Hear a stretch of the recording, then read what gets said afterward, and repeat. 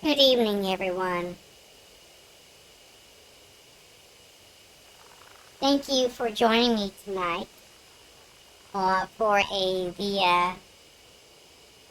is most likely going to be the final episode of Deathmark. Now, if you'll give me a moment to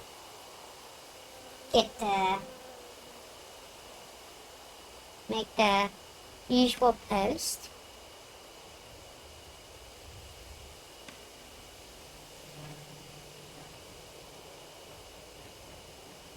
And let people know what's going on.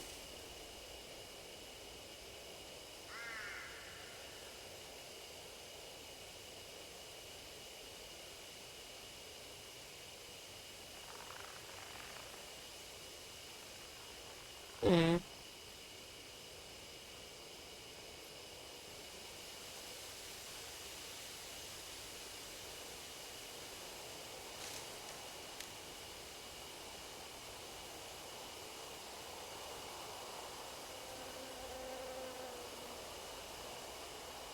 Well,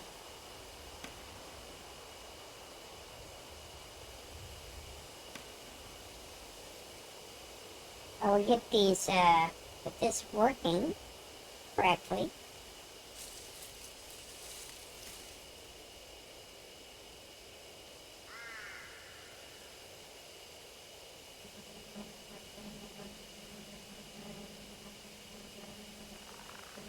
I'm sorry. This is taking a bit more time than I thought it would.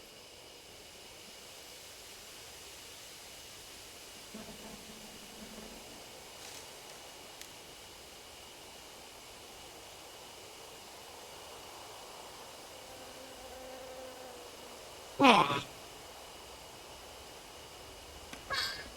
Oh no.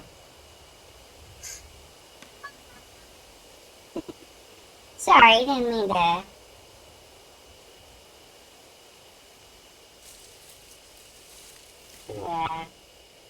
Get you a little bit of a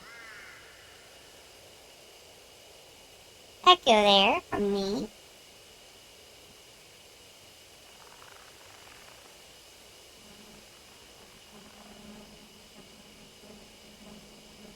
You know, I wish this was a bit easier. I tried copying the link earlier. Oh, hello, Destiny. Thank you for joining me tonight. I hope you've been well. It's been a while since I last saw you. How have you been?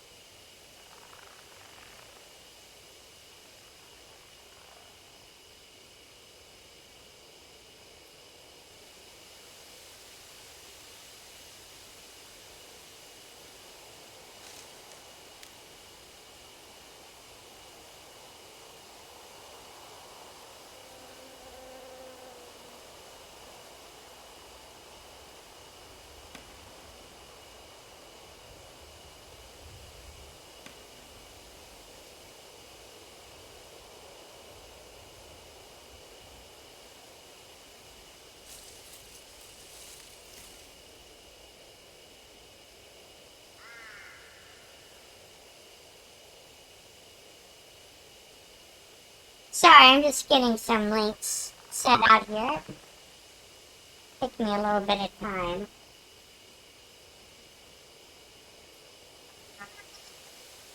Oh dear, there we go again. There. Yes, this is Spirit Hunter Deathmark, and I'm glad you've been doing good, Destiny. I'm doing alright. I'm hanging in there. But, We are getting ready to, wrap up the last chapter of this game. We're doing the Red Riding Hood chapter. Now, I'm getting ready to head out to the hotel for the first time. Yes.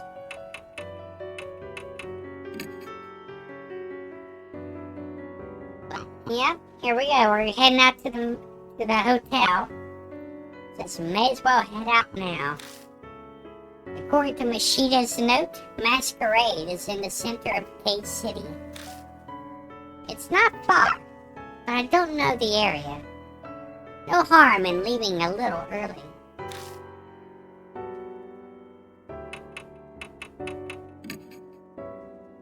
There we go.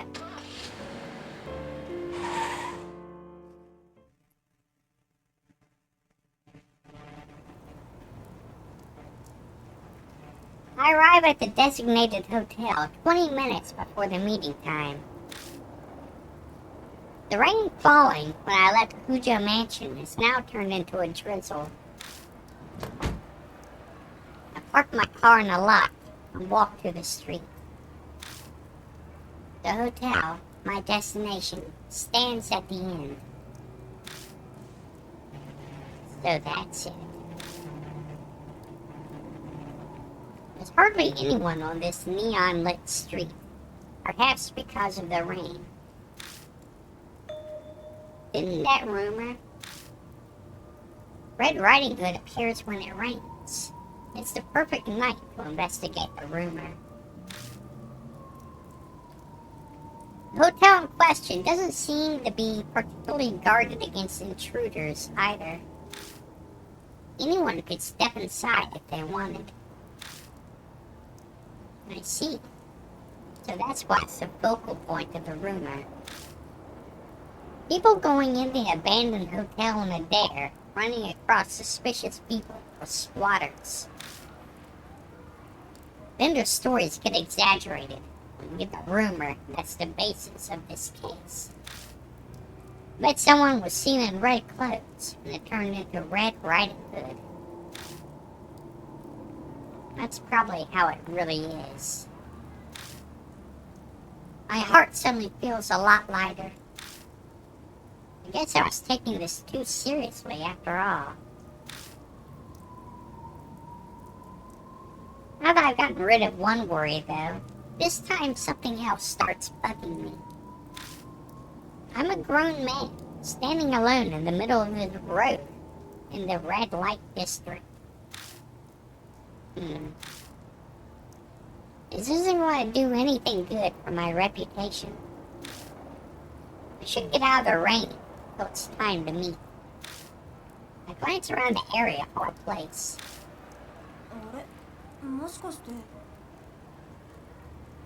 Oh, is that you, Venkman?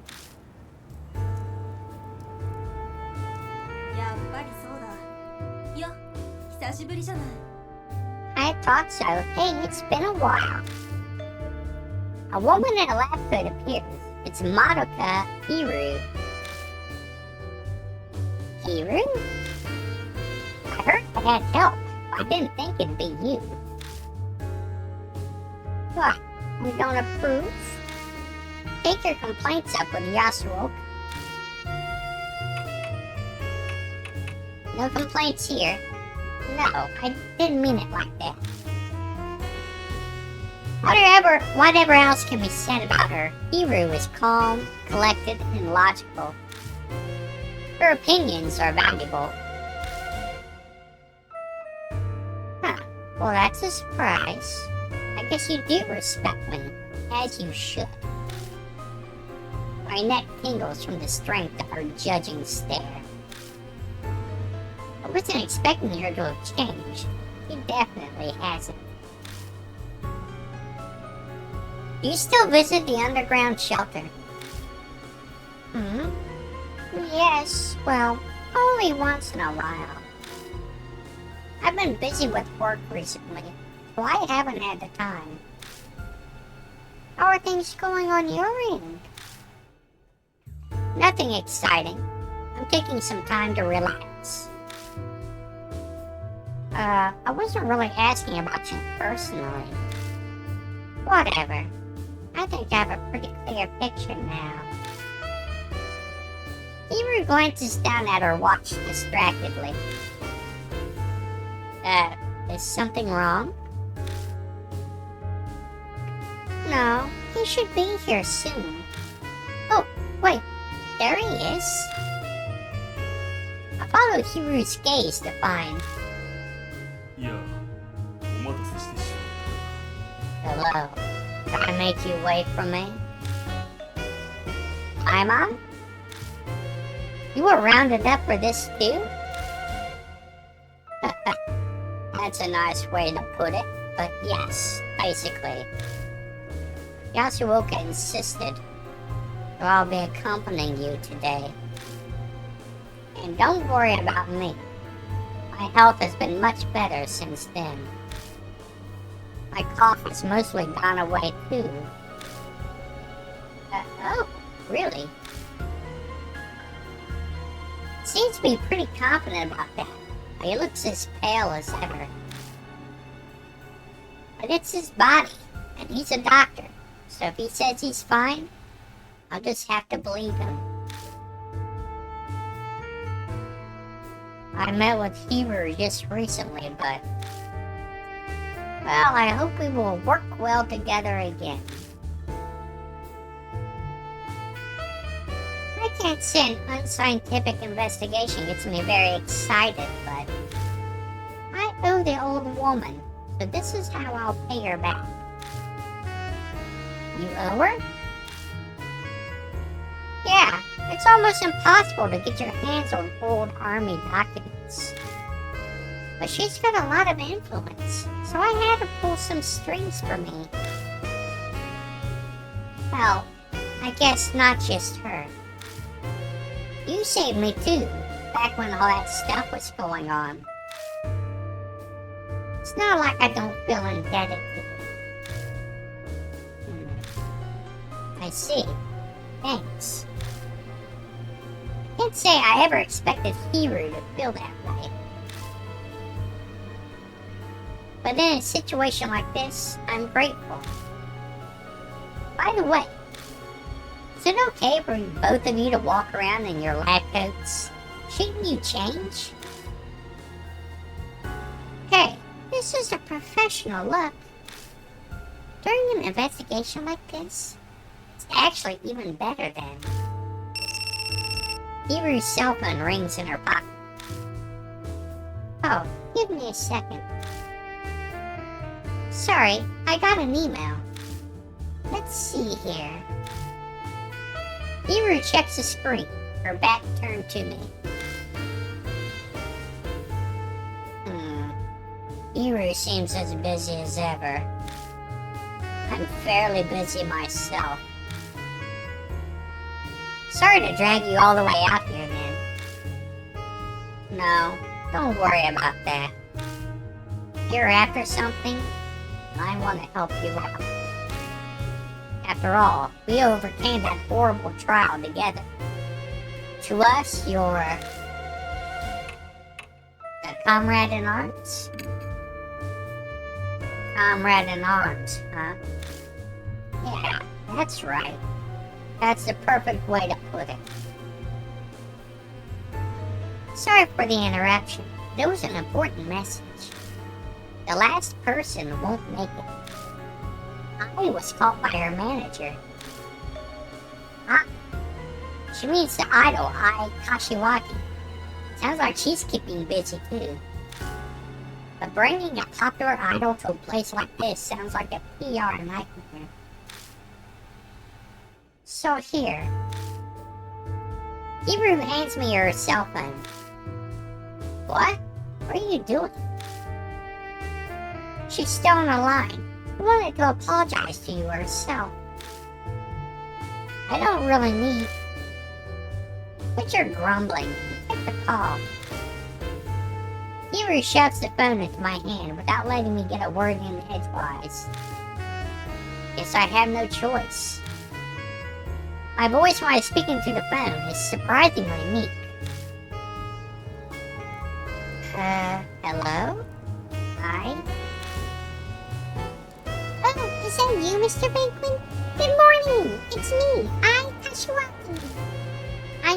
so sorry.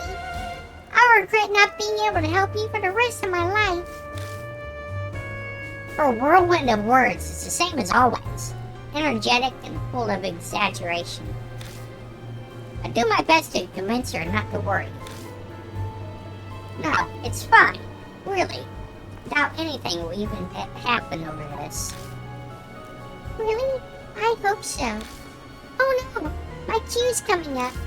Please, come to our next performance for sure, Mr. Bankman. Okay, bye. And just like that, a hurricane of a phone call passes us by. The change in excitement levels leaves a vacuum. My head spins. She's tiring, isn't she? Jeez. That old lady thought it'd be a good idea to bring an idol on a case. By the way, Bankman, are you close to Kachiwagi? That's an odd question coming from Daimon. Yeah, I mean, never contacted him though, at least. Could you get me concert tickets? The kid at work's a huge fan of her, but they can never get a ticket. Oh, that explains it. Still, I didn't think she was that popular. I can try asking. How many do you need? 3, if possible. I'd like to go as well. It's a rare opportunity.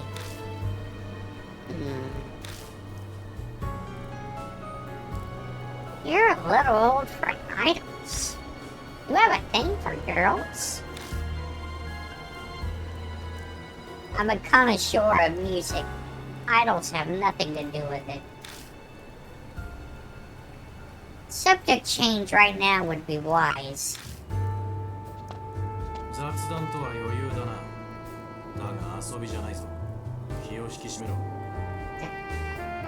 Got a lot of free time to stand around, I see. But playtime's over. Mashita? What are you doing here? This case is a request from a client. Wanted to make sure you showed. You're not planning on observing us, are you? Why if we hadn't shown up? One of you is a no-show, in fact. I heard 4 were coming. Ai Kashiwagi couldn't make it. Seems her manager called her. That's so. He shrugs, indifferent. Guess he figures it won't make much difference. So you took care of your other cases already? Thought I told you, I'm just checking in. While I'm here, I have new info in the hotel to give you. Just then, someone else's cell phone starts ringing shrilly.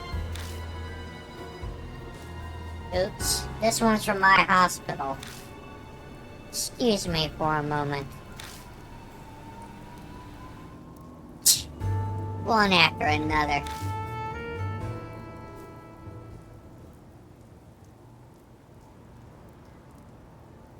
We decide to take shelter from the rain. Daimon has to finish his call. We may as well hear what info Mashita has for us.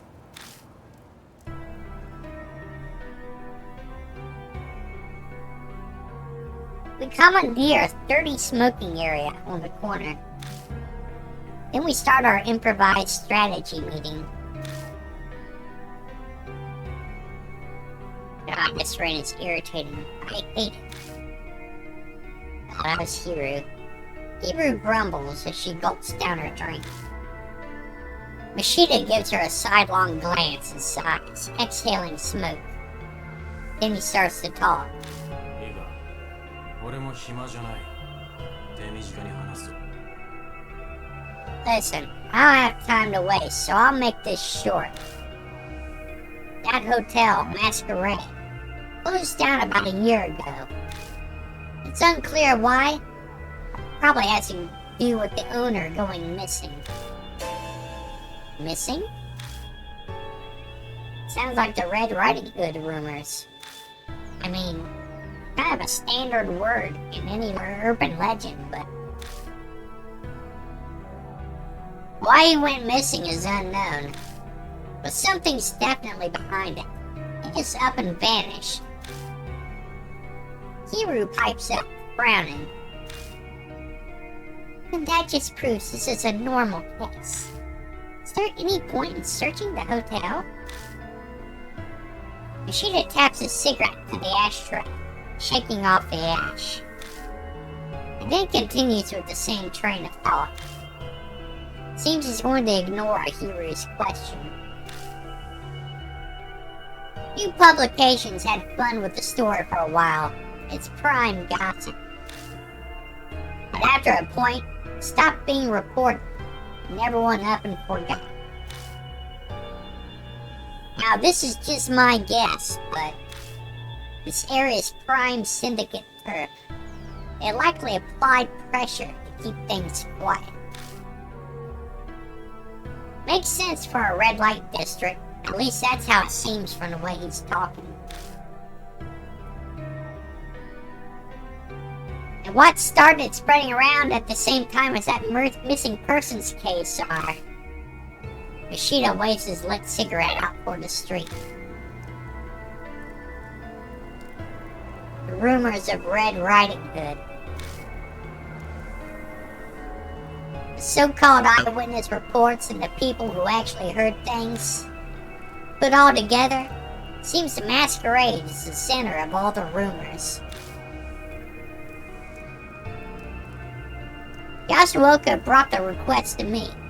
It's all of this, and is also of the same opinion. Masquerade simply stands there quietly on the dark street, soaked with rain. The neon lights at its feet almost seem to be staring out at the world. I see. So, do you have any other... When I turn around, someone is standing there. My heart thunders in my chest.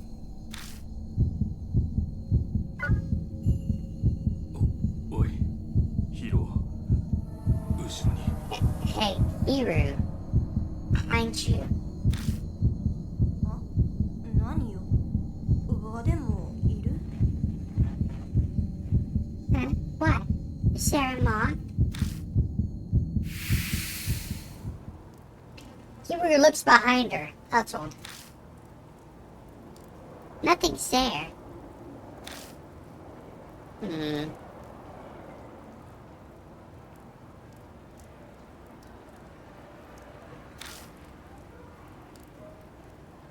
Sorry. I think my eyes were playing tricks on me. I make an effort to gloss over it, but there's no way I can believe it was a trick. I'm sure I saw it. Maybe the darkness is straining my eyes. I saw something that wasn't there, but... Lyman's call ends. はあ、すまない。休暇が出てしまったそうだ。Sorry. Patient with an emergency. I managed to walk them through procedures. I need to go soon, or... I'm terribly sorry. I'll make up for this later. I promise. Diamond runs off lightly. Runs off into lightly falling rain. Human lives depend on his work. This kind of thing is inevitable. Which means Hiru and I will have to handle the investigation by ourselves tonight. 残ったのは理系バカ一人か。いささか心もとないな。 So the only one left is a science freak. That's concerning. はあんた今なんで言った What? Why didn't you just say? That how you treat people helping you out? Paying no mind to Hiru's violent outburst, Yoshida calmly looks at his watch. It's time. Enough gossip. The rest is in your hands. And with that, it's gone. What? What a jerk! Calm down. He didn't mean anything by it. He's like that to everyone. I try to be soothing, but that stung her pride. There's no way I'll be successful. I can't calm down when someone's just treating me like an idiot. Just you wait. I want to make sure I find a clue. Then I'll rub it in his stupid face. Come on, let's go. Alright.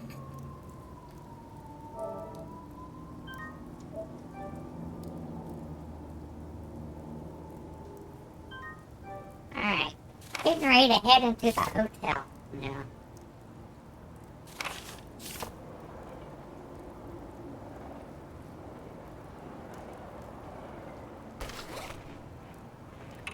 Have any items? No.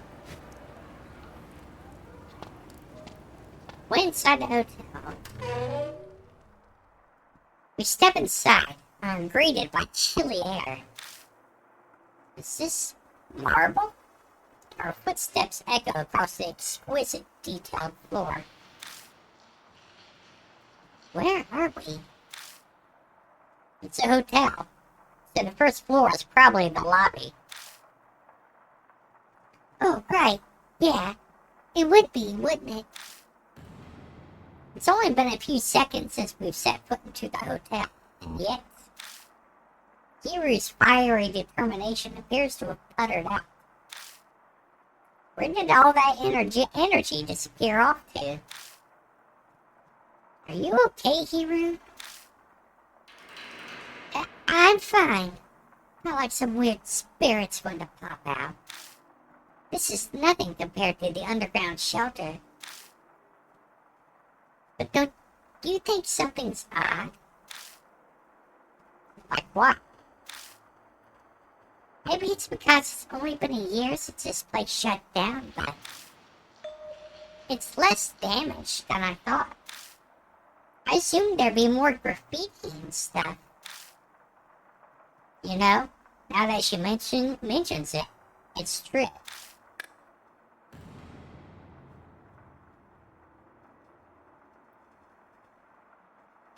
This door.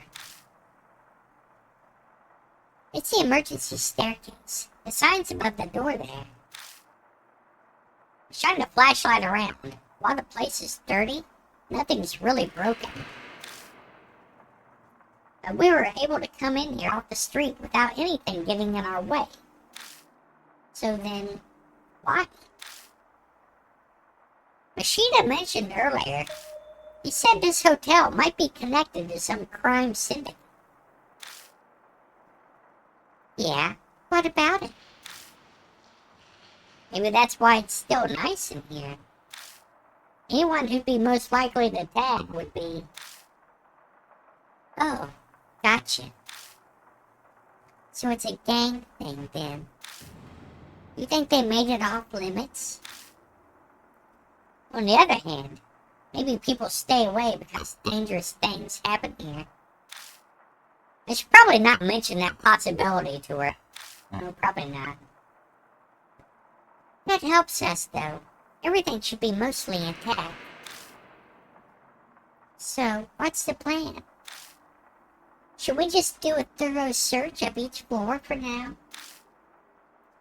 We don't have any particularly useful info. We'll just have to search every nook and cranny, like Hiru suggested. There's nothing else we can do. Okay, let's get to it then. Well, it's easy to get out of here, so that's good at least.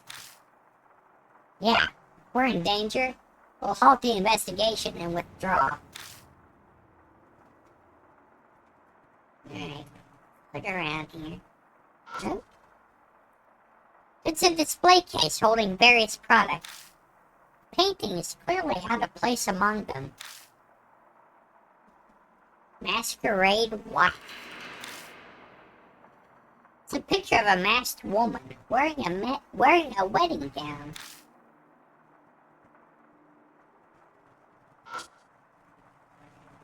There are pictures of the guest rooms on the wall.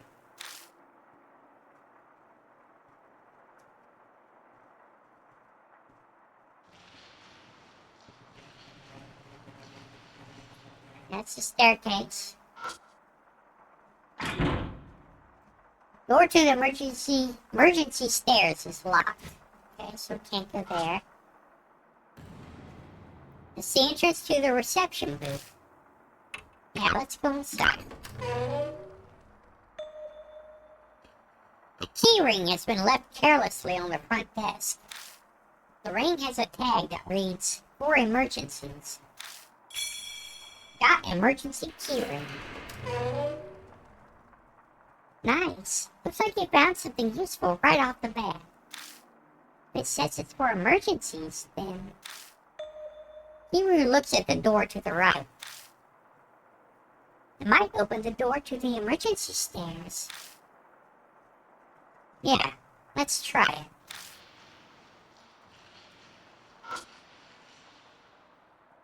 Let's check the elevator first. It's the door to the elevator. Shine my flashlight through the safety window. There's only empty darkness inside. The elevator must not be stopped on this floor. Alright. Well, you can only take the stairs for now, so let's do that. Use the emergency key ring to open the door.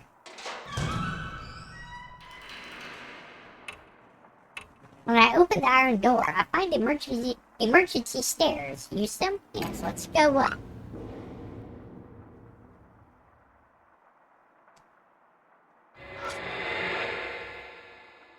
Masquerade wife. It's a picture of a masked woman gazing at a man.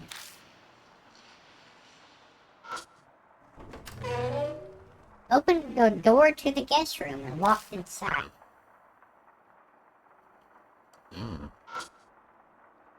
A Venetian mask with a creepy expression hangs on the wall. Yeah, that's the kind of decor I want when I want to take a date to a hotel. Lots of creepy masks hanging off the walls, staring at us as we try to get comfortable.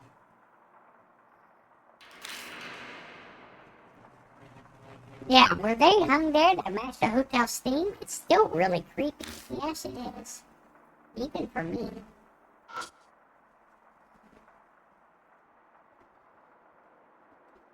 The power cord and phone line have both been cut. The phone can't be used. It says, the trash can has a giant crack in it. It probably happened when it was knocked over. Yeah, that's really cheaply made. It's a bed with a mattress. Let's look. It only has a bare mattress. The mattress doesn't seem to be fixed in place. I should be able to shift it. Well, let's do that. I lift up the mattress and look underneath. I notice a notebook lying there. Got mask guest book 202. The guest book? Why? It's just... I flipped through it. Inside are pictures drawn in colored markers. Hotel Masquerade's guest book. Feel free to write about the sweet, sweet time you spent together. Clearly, they didn't need to be told twice. Still, I can't believe anyone who frequents a hotel like this would write such things. But you know what they say about assuming? You make an axe out of you and me. That's what they say about assuming. If you didn't know already. Every single page is filled top to bottom with lewd, suggestive comments. Just like the replies under some cosplayers you see on social media sites or risky art. Same thing, top to bottom with lewd, suggestive comments. Wow, so that's what people do.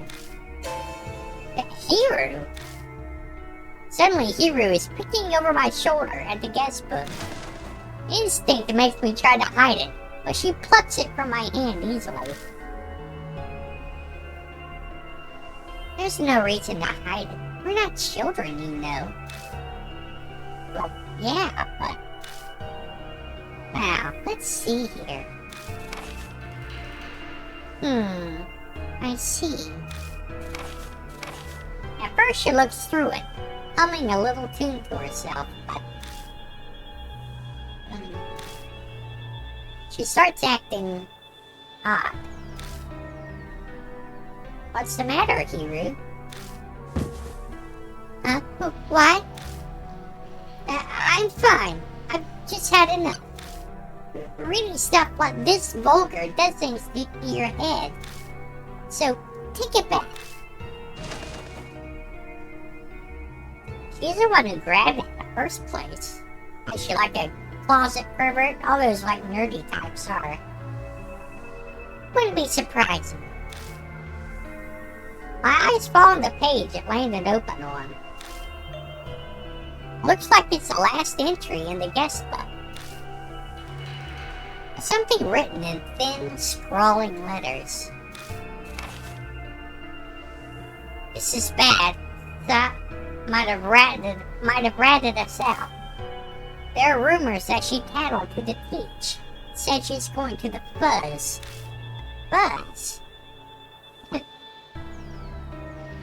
This is so bad. What should... That's all I can make out. Teach? That's phrasing. Rather immature. Must be a student. Yeah, I think so too. Yeah, the way they were writing, it seemed like a kid writing that. But isn't that strange? A girl her age isn't normally at a hotel like this. Oh. Maybe schoolgirl prostitution? That would be a reasonable assumption. It's horrible. That's the only logical conclusion. That would mean this entry. Sounds like she was panicking over having things leaked by a friend. How stupid can she get? You reap what you sow.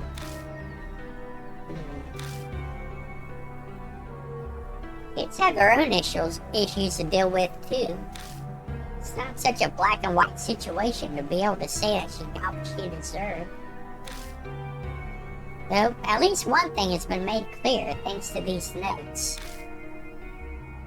Sounds like the rumors about this place being tied to a crime syndicate are true.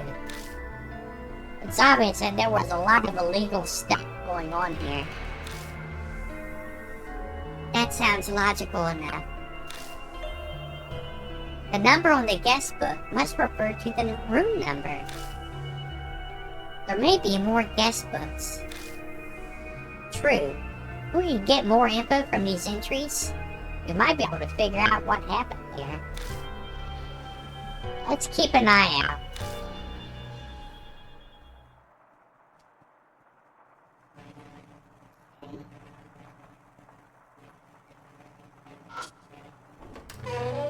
I opened the door to the bathroom.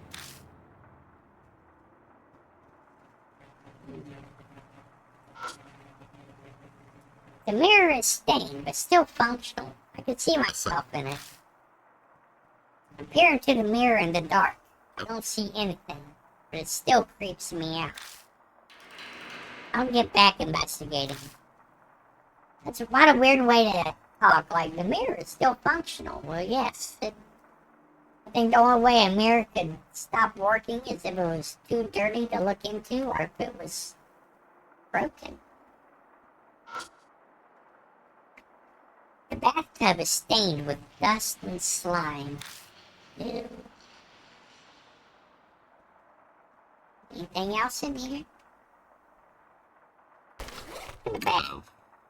Yep.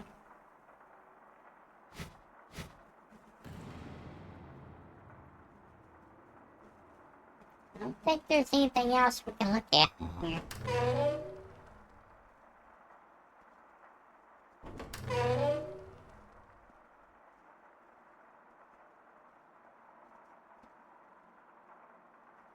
Yeah, this is the room we haven't gone in yet. Open the door to the guest room and walk inside. Huh? There are iron bars covering the window. The sturdy iron bars seem to be a little much. They're only there to stop people from falling. Oh. It's a small wooden chest. It looks pretty cheap. Seems in decent enough shape. The drawer is locked. Seems to be a simple stopper type lock, like one you'd find in a writing desk. Why don't you just break it? Shouldn't that be a last resort? It seems like a natural choice for mammalian primate hominidae.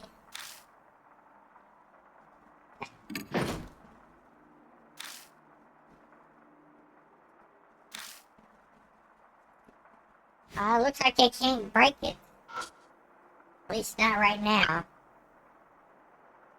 I put one hand on the bed, lean my weight on it. The spring simply creaks fruitlessly.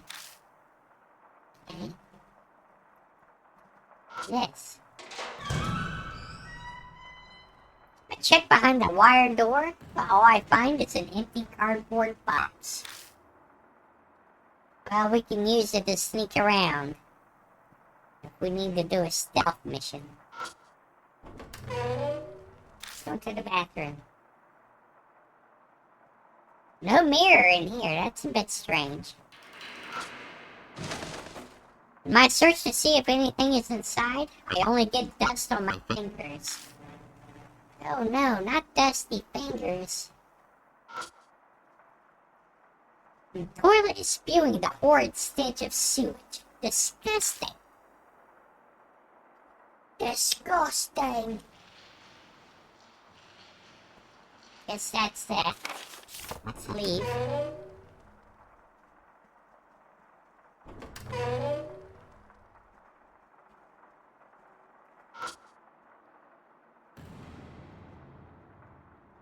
Okay, let's look at the elevator on this floor. I shine my flashlight through the safety window. I can see inside the elevator. Oh, so it is here. Seems to be stopped on the second floor. I tried pulling on the elevator door. It moved slightly, but I put all my weight into it. It's impossible to open it alone. If I had some help, I might be able to force it open. Want to give it a try? Lend me a hand. What? Are you serious? Fine. I guess I can try. On my count. 1, 2... We muster all of our strength and try 2 or 3 times to force the doors open. But... Sorry, it's too much.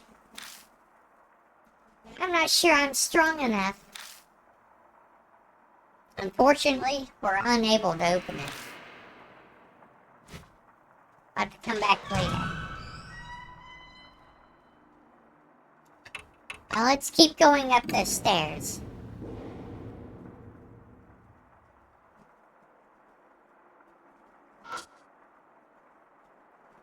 Masquerade wife. It's a picture of a masked woman walking with a cane. Huh. It's an object with an iron cover. I think it's some kind of electrical device. Can you use the key ring on it? No. Right. I'm going here. Yes. Open the door to the guest room and walk inside.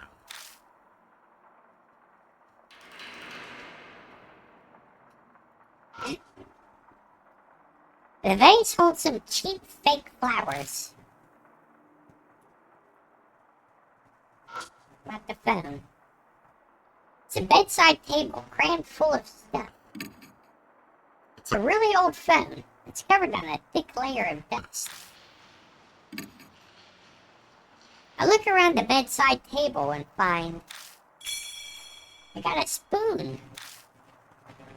Were they eating dessert in here or something? The spoon is stained black.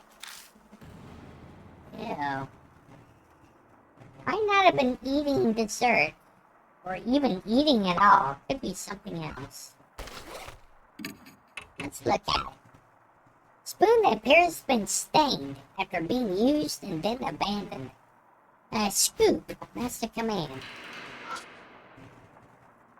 A large air conditioning unit. It's tinted yellow, maybe from tobacco resin. Seems logical. Let's go into the bathroom.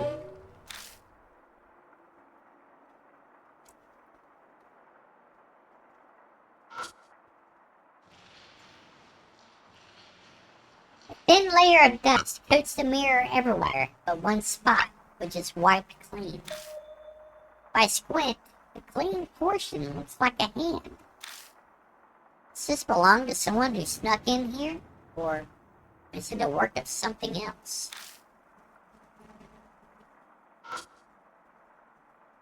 Toilet paper is stuck to the bottom of the trash can.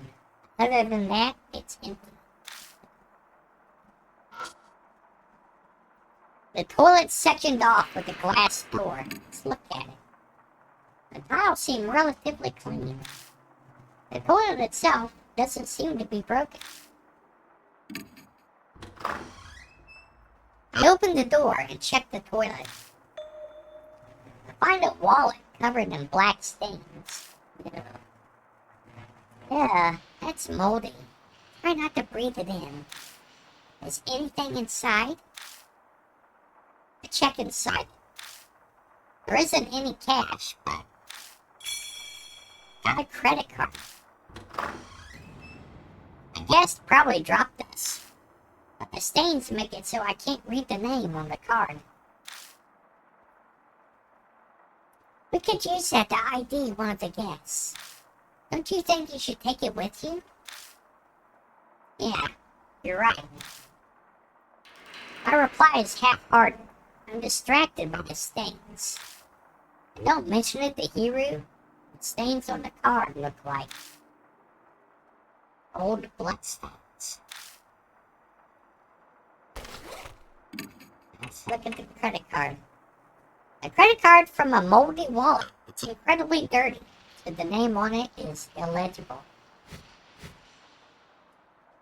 Alright, let's go ahead and get out of this room. This room. Let's go here.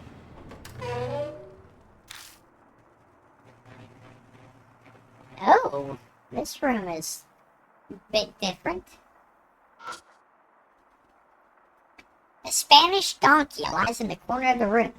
I don't want to imagine what it was used for. The part that looks like it was the neck is broken, and the head is missing.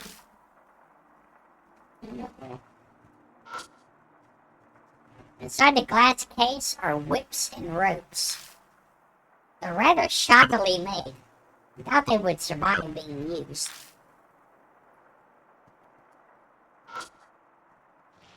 There's an unnatural space along the wall. Going by the stain, it's likely something once hung here. It's a door leading into the bathroom, but it won't open, so it must be broken. It looks undamaged at first glance, but the whole frame is warped, so it's jammed shut. Put my hand on the door, I try pulling. But it doesn't move at all. Just give up. You might break it if you force it. Yeah, well, didn't you tell me to break a drawer not so long ago? Now you don't want me to break this? Be consistent, Kiru. Let's try the credit card. I take out the credit card. I'm taking it out, but I can't think of a way to use it. Okay. Fine.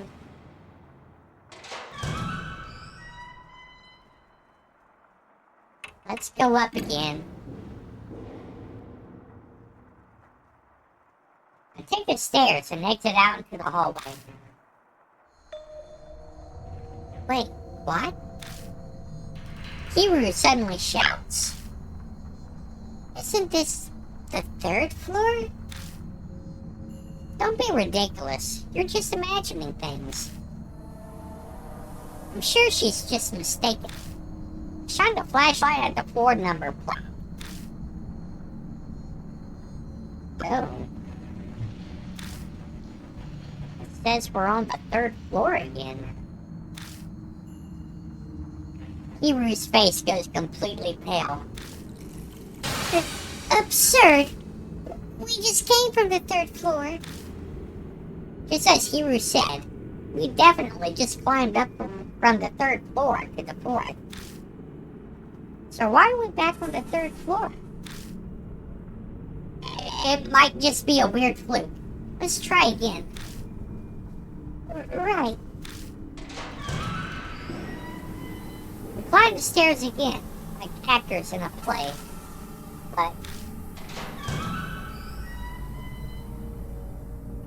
sure enough, we come back out on the 3rd floor.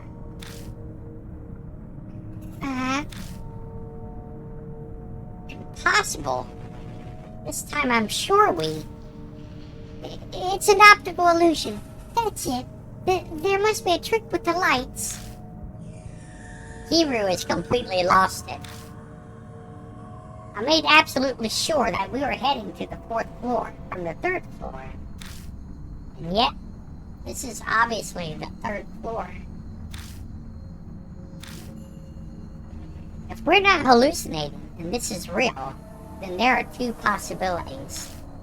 One is that all the floors above the 3rd floor are intentionally made to look like a 3rd floor. The other is that some mysterious power is stopping people from going to the 4th floor. But telling her that will only make things worse. How about we give up on the 4th floor for now? We'll search the places we can get to. Yeah, sure.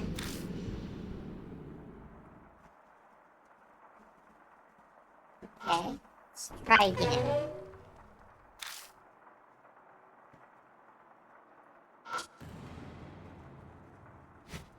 Okay, get in there.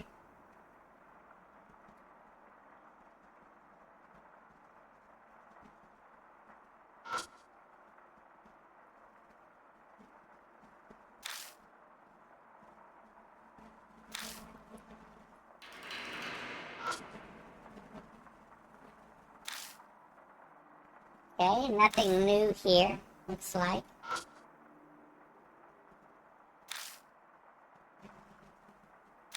Yeah, there's nothing new here.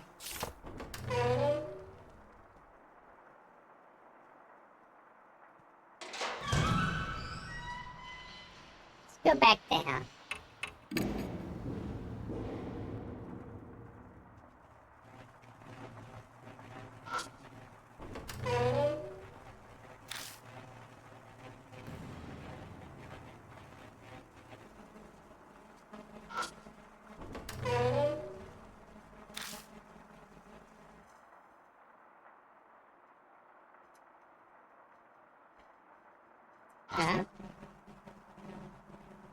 Oh yeah, that's still the same.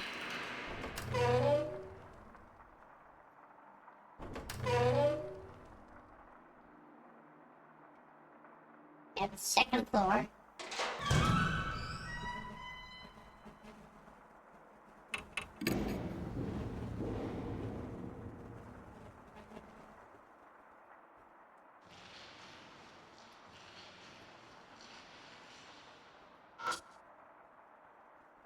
an object with a metal cover. I think it's some kind of electrical device.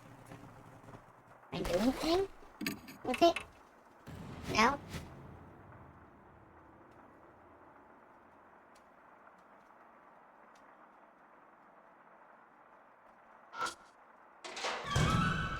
Alright, let's head back up.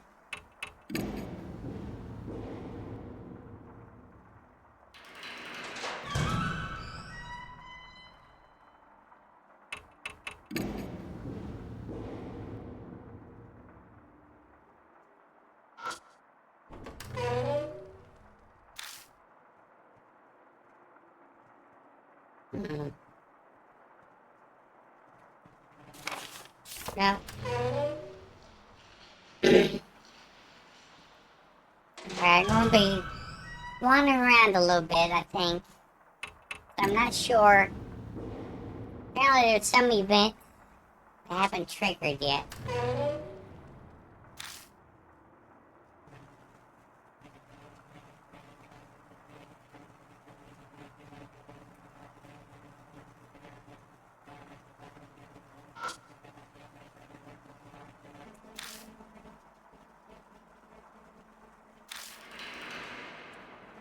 Oh, that drawer.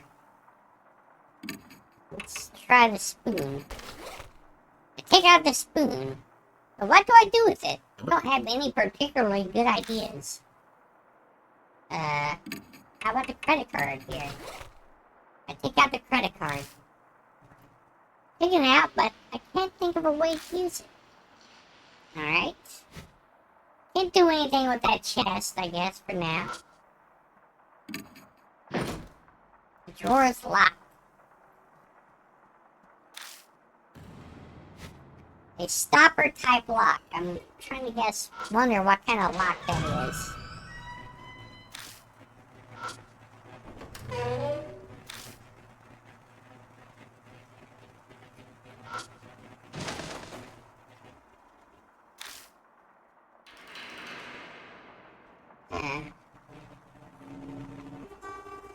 Oh, hold on. Sorry, forgot to turn the alarm off on my phone.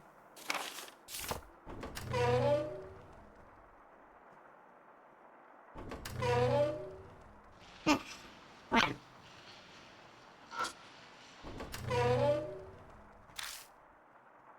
So it's the room I was just in. Yeah, I'm getting all turned around.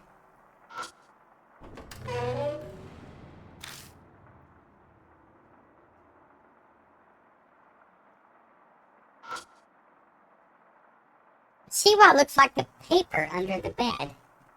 Feel around. Try pulling on it, but it doesn't budge.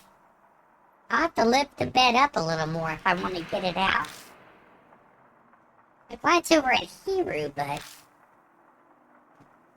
I don't think she'd be able to help me lift it. I should just search somewhere else for now. Okay, well.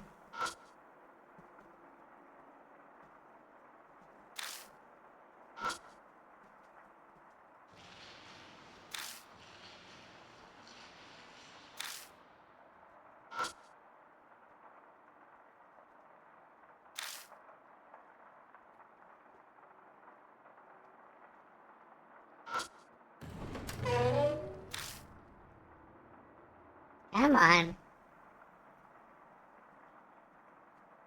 There's something I'm missing. I know it.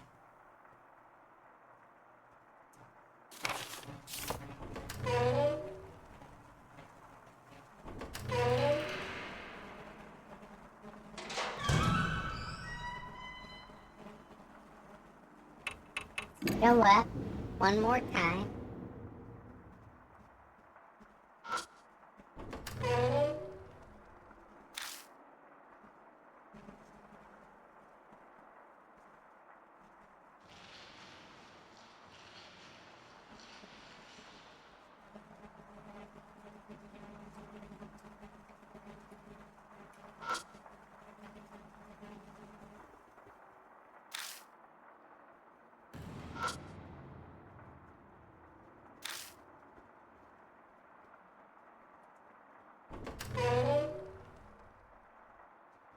Check the elevator doors.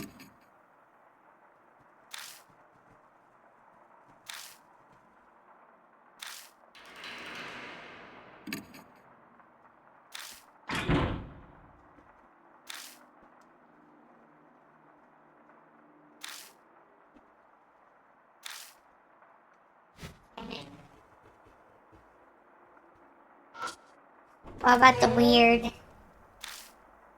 S&M room? Is there something in here I'm missing?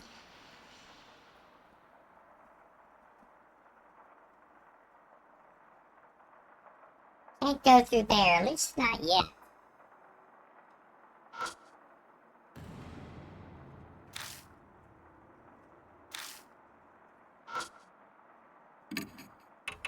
Let's try to spoon.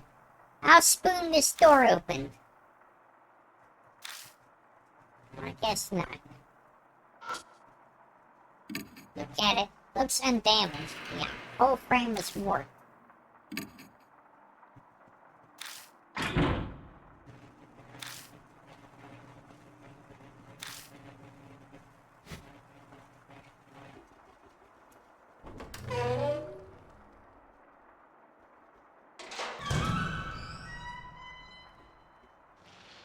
Let's try going up again, even though I know it's fruitless. I expected it, but sure enough, I'm back in the third floor hallway. There doesn't seem to be a way to go up to a higher floor in this hotel. Hmm.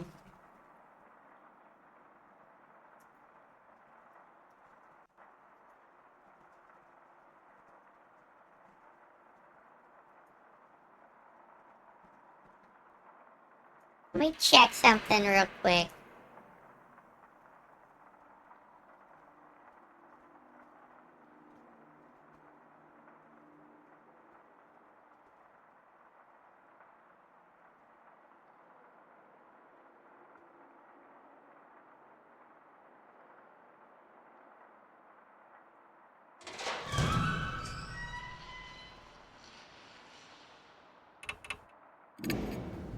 See? I think it's over here is where we need to go. No. It's this one. The bedroom with the, yeah, that.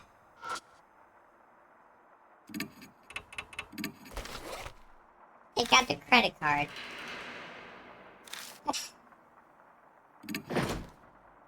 Drawer is locked.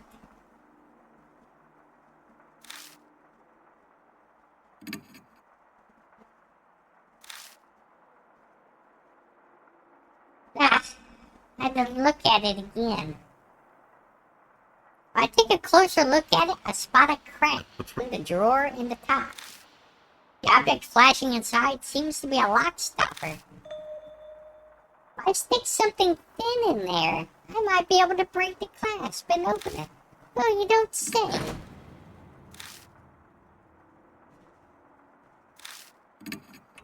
Okay, let's go ahead and use a credit card. My mind made up, I take out the credit card. What are you going to do with a credit card? I want to try something. I don't know if it'll work though. Slowly push the card into the locked gap between the drawer and the top. It's a narrow fit. I'm able to slide it in without any resistance. The stopper is directly ahead. So if I keep sliding the card, it's a tiny bit of resistance, then it abruptly unlocks. Wow, nice work. Truly the pinnacle of monkey evolution. Oh, shut up, hero. Is that really a compliment? In any case, I open the drawer to find Mask Guest Book 201 and a mini massager. Oh.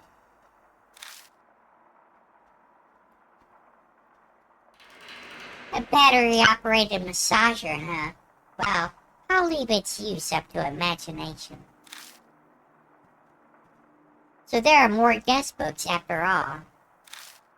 Let's see. What does it say? No, I'll look through this one. I firmly take the guest book from Hiru. We just learned that it's better to not let her see anything too shocking. Oh, come on. I want to read through it for future reference. Our investigation takes priority. You can look for gooning material later.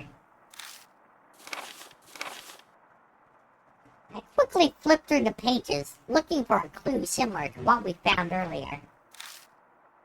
Doesn't take me long to find it.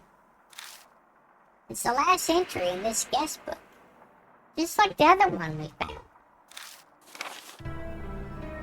Something's up. The buzz hasn't come. Did Poe really tattle? Mr. N is acting normally too. Sa hasn't been to school recently. That's all I can make out. Sounds like the one we read earlier. This fully supports my earlier theory. Yeah, I guess so. There was definitely criminal activity going on here. Those vivid entries prove it. But why wasn't this reported? Good question. This entry makes it sound like she was being backed into a corner. Someone was plainly threatening to tattle, and it was someone they knew too. They wouldn't be this shaken otherwise. And supposedly this person reported it to the teach too.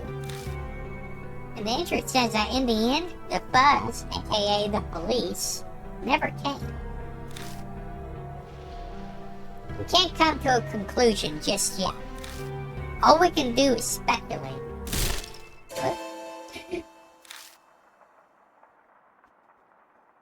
We both freeze for a moment. All is silent. Was there a noise from above just now? Yeah. Someone might be above us. On the 3rd floor? No one was around when we were there earlier. Should we go see? I silently nod. Okay. Let's head up. Let's see who's making all that noise upstairs and tell them to keep it down. I'm conducting an investigation here. The instant I step foot on the 3rd floor, I suddenly get a chill, stopping my tracks. Did you find something? No, nothing. Just as I'm replying to Hiru. Sensei. Uh-oh. Hear a voice from behind me. I quickly turn around and shine my flashlight. All that's there is the door to the emergency stairs that we just came from. There's no one there. What's wrong? Did you not hear that voice? A girl's. The metal door screeches like a scream, man.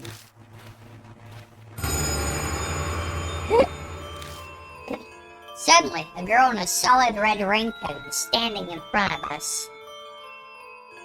Uh-oh.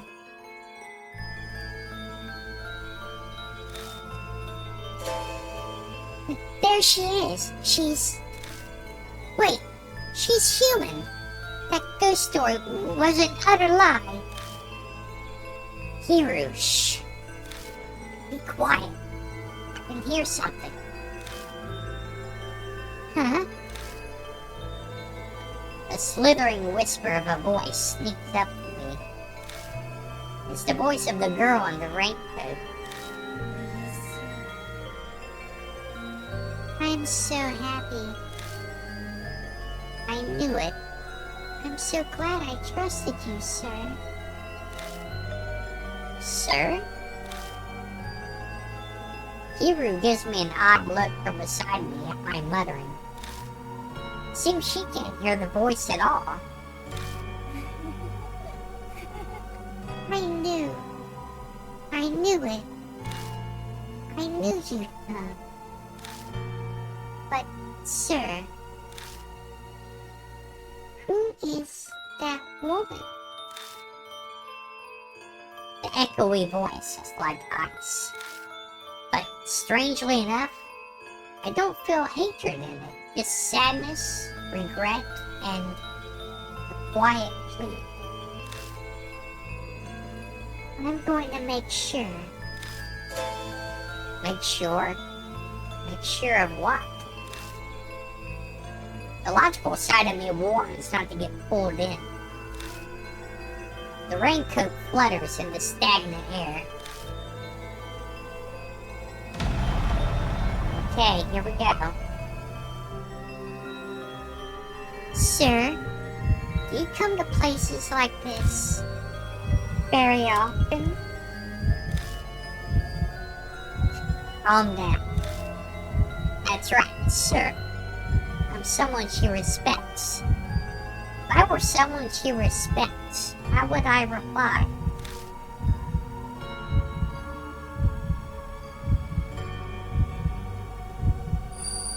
I come with my wife. Okay.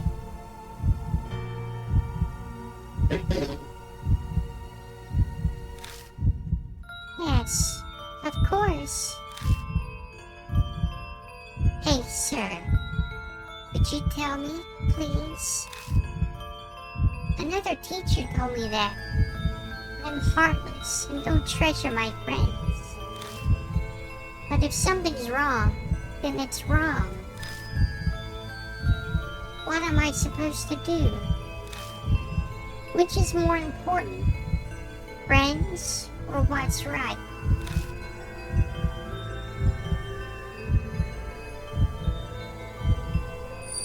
What's right?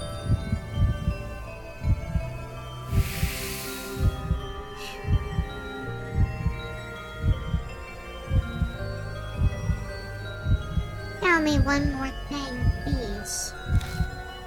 When people are selling and buying bad things, then who's in the wrong?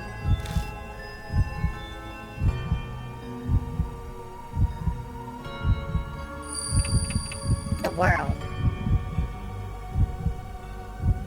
No!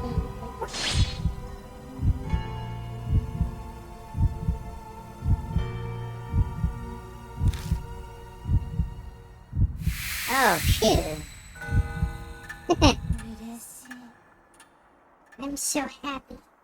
You're really him. All the immoral people died. I can just glimpse a twisted smile under the darkness of her hood. Who is this sir? More importantly, who in the world is this girl? Questions swirl around in my head. In that second of hesitation, the figure of the girl sways like a pendulum and disappears into the staircase. And... Wait, you! Hiru dashes madly after her. Hiru! Don't go! I desperately call after her, but there's no reply. Her footsteps echo sharply up the stairs. Shit! I better follow her.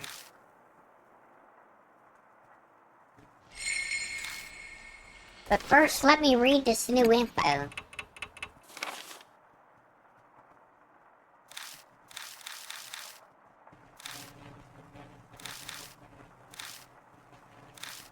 Yeah, we read that last night.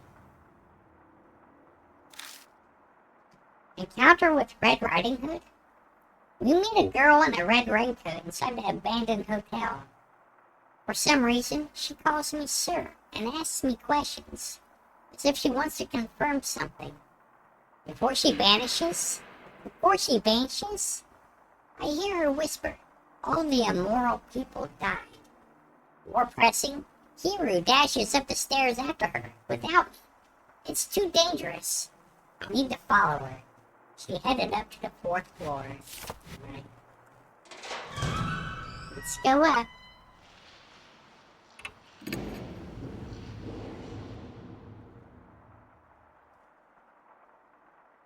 I expected it, but sure enough, I'm back in the 3rd floor hallway. There doesn't seem to be a way to go up to a higher floor in this hotel. Some mysterious powers at work here. But Hiru dashed off to head upstairs from the 3rd floor. Maybe she's still on this floor then. If it's impossible to get to the 4th floor, then Hiru could still be on this one. Let's check it out.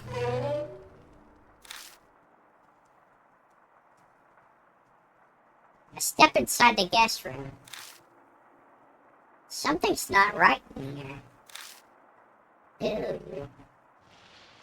Are these spider webs? When I entered just a little while ago with Hiru, these weren't here at all. It's hard to believe it. The room is covered in spider webs now. I hear the bathroom door open.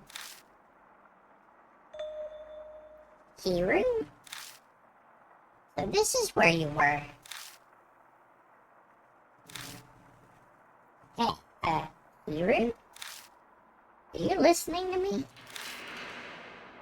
She's acting strangely. Concerned, I move closer when she suddenly starts taking off her clothes. Hey! Then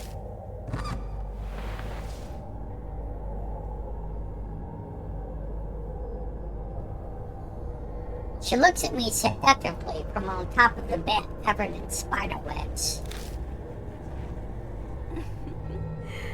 待ってた。あなたが来るのずっと。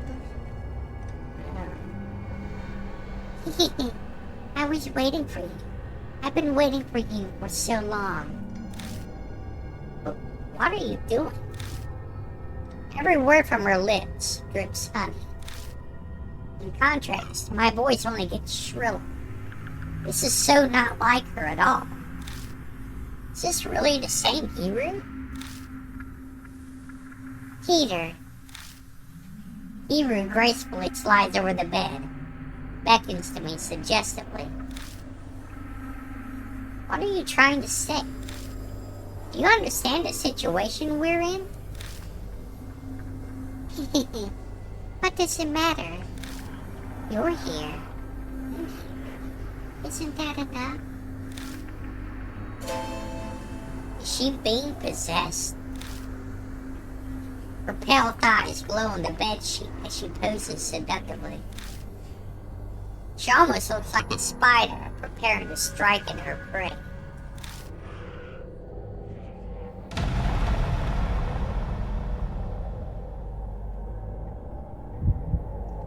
We're all alone. Don't hold back. Take a good look. The red raincoat flashes before my eyes.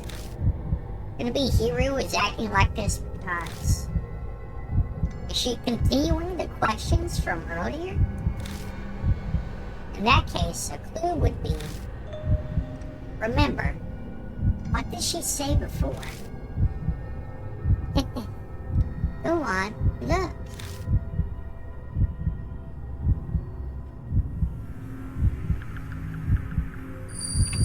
Have some shame. Have some shame, woman.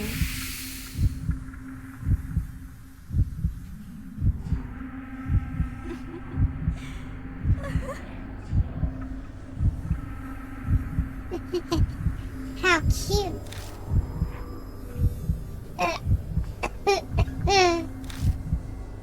Hiru suddenly starts coughing violently. It's hard to breathe. Please, my back.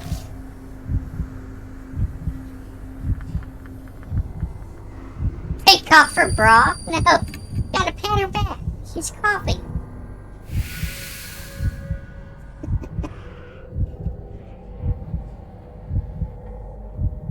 The instant I touch her, her coughing stops. That feels good. But I know. Hiru suddenly lowers her voice. I tried hard during college and at work not to lose the men. But I'm all alone in the end. No one ever looks my way. I'm sure you're not interested in someone like me either, Peter.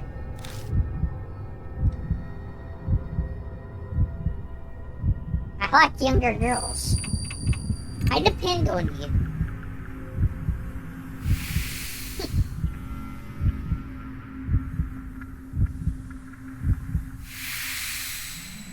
Phew, we did it.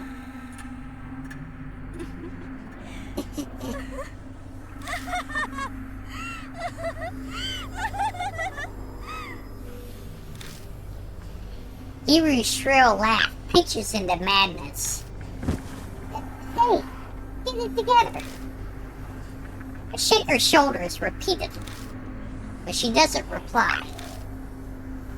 It can't be. Is she? Her personality is suddenly and dramatically shifted in this crazy laughter. Cold sweat drips down my neck. This is almost like... どうした？誰かいるのか？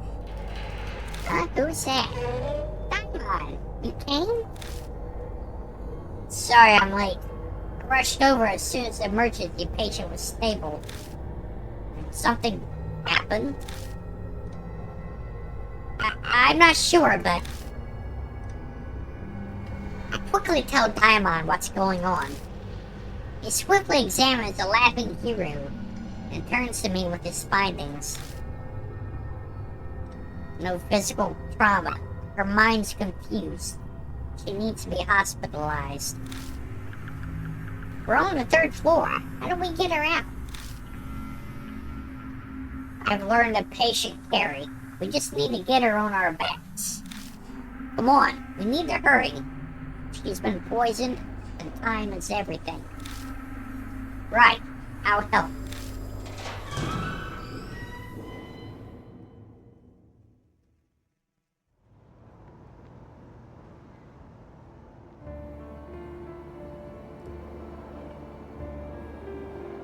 It was a bizarre and horrible night. In the end, Hiru kept cackling as we carried her out of the hotel. We put her in an ambulance and Daimon rode with her to his hospital.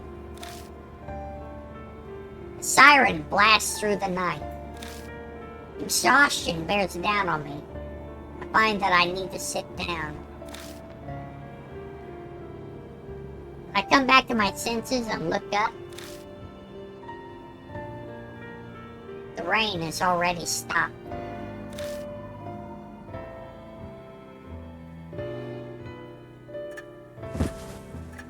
The moment I get back to the mansion, I collapse on the sofa.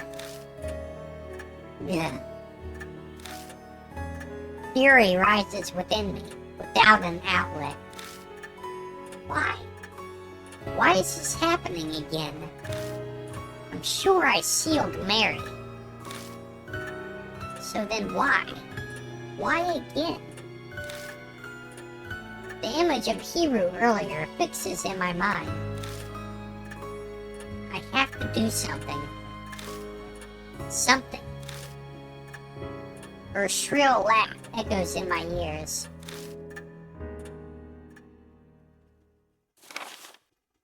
Use talk to continue to the next day. Alright. Let's save first.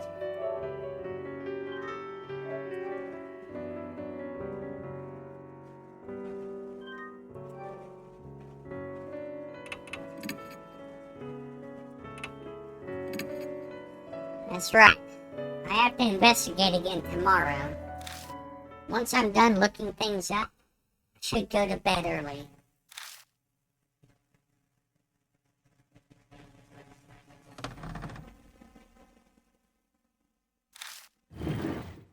Huh?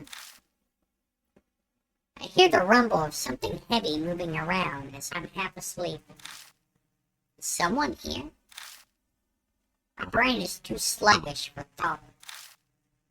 Couldn't say how long I slept. I remember it being dawn, but a loud noise makes me spring upright. Oh, it's Suzu. Young eyes are staring at me. I'm so sorry. I woke you up. Suzu? What are you doing here? The room was so messy, so I thought I'd clean it for you. Sorry, I didn't ask permission first. That's not exactly what I meant. Oh, are you awake? Oh, it's Christy. Geez, are you a little too careless?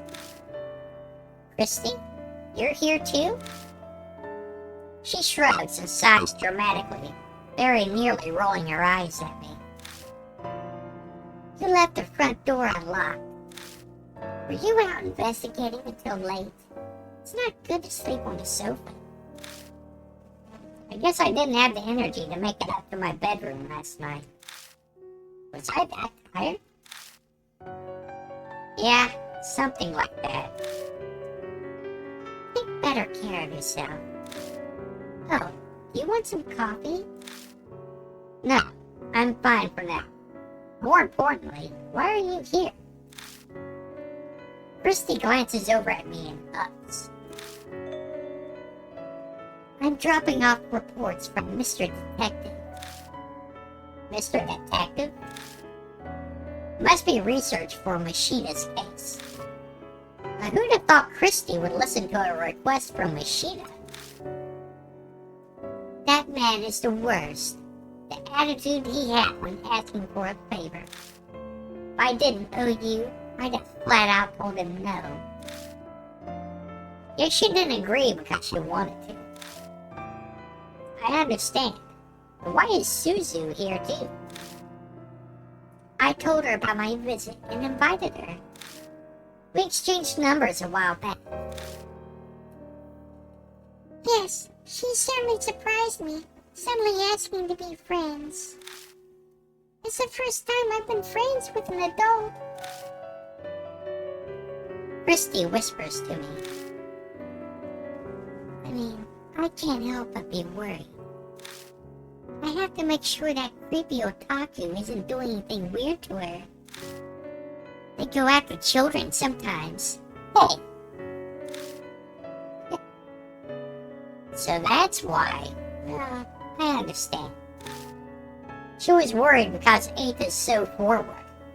No, more likely because Suzu was too innocent. But I'm a little relieved. You didn't seem very well when I was here before, so I've been worried. Thanks. Yes, it seems you're fine now. I wish Ada could have come with us, but he's working at the factory today. Sounds like Ada started working seriously. It's never too late to start something. I hope he tries hard. So, moving on to the matter at hand. You heard how the owner of that hotel went missing, right? I have connections with the copy editor of that article, so I asked her. And sure enough, her expression clouds over. The hotel and rumors of its illegal services were juicy news for the media. They even knew that there was a mediator organization managing it. The reporters looking into the flow of cash actually got some concrete proof.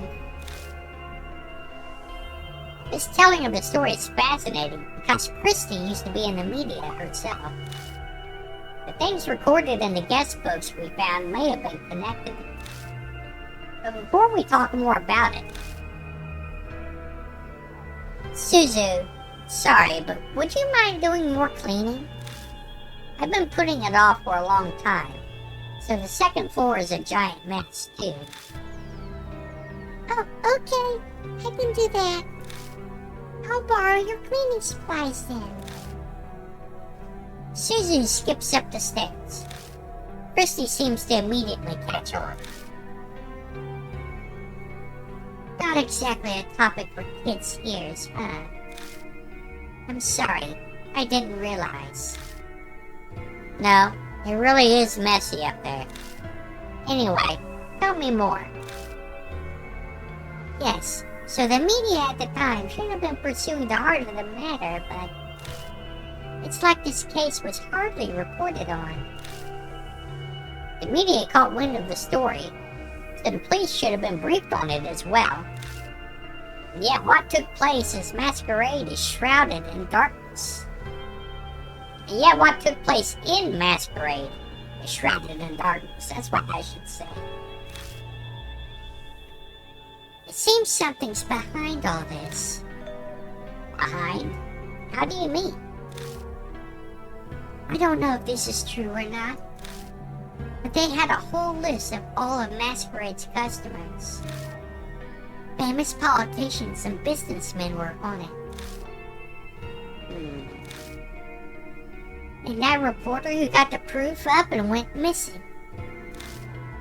A number of freelancers on the case also went missing, apparently. That's horrible. Those are the only words I can find to describe it. In other words, just another day and cover-ups and cleaning up after themselves. You're telling me it's an outrage to silence those who are seeking the truth.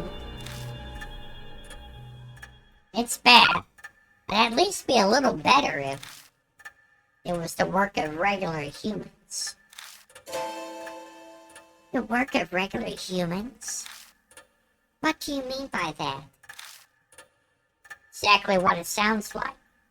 The truth is, I told Christy about what happened yesterday. What we found in the hotel, what happened to Hiru. The color drains from Christy's face, though she's as white as a sheet. Suzu, we're leaving! With her sudden yell, Christy stands up and prepares to leave. What? What's wrong? No one told me. What? No one said a single thing about spirits like that being involved. I'm sorry, but I can't do this. I'm never going to face a spirit again. And I'm not just thinking about me. I don't want Suzu going through that either. Thinking about it, it makes sense. No one has the right to drag Christy and Suzu into a case like this. Especially me. I'm sorry. I didn't mean to get you involved. The research you've done is enough, so don't concern yourself about it anymore. Christy looks at me in stunned surprise. No, I should be the one apologizing. I owe you. You did everything you could to save us. But Is something the matter? Suzu re-enters the room, head tilted in confusion. I just remembered something I have to do, so we need to leave. Sorry. You can keep cleaning next time, okay? Okay, I understand. Suzu nods, though she looks suspicious. She's very perceptive. She has to have picked up a strained air between us. Well then, see you, Mr. Venkman. Right. Thanks for coming all this way. You were a great help. I'm very grateful. Christy quickly bows to me, her expression inscrutable. Excuse us. I'll come again sometime, okay? Susie puts her hands together and bows politely. Then she whispers in my ear so Christy can't overhear. I'm so sorry. I caught a little bit of what you were talking about earlier. So I contacted Ada. I'm sure he'll be helpful. Oh. To be honest, I can't imagine Ada being very useful. But Suzu has good intentions, so I nod. Thanks, that helps. I do my best to smile as I see them out of the mansion. I need to get ready soon and head out. New info. Let's take a look at that real quick. I'm awakened by a noise the next morning. I find that Christy and Suzu are here. Machida asked Christy to bring me the results of his research on the hotel. Seems the place was famous for providing illegal services, though it was never reported to the police. It might have been because some of the guests were allegedly political bigwigs. Alright. Let's go ahead and save. Take a little drink.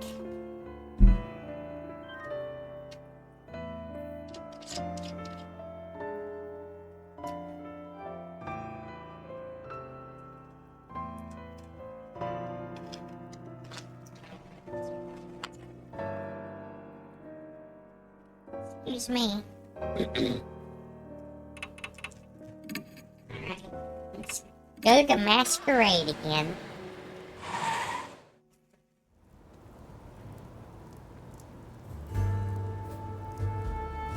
I didn't think it would go for 2 days straight, but it's sprinkling again tonight.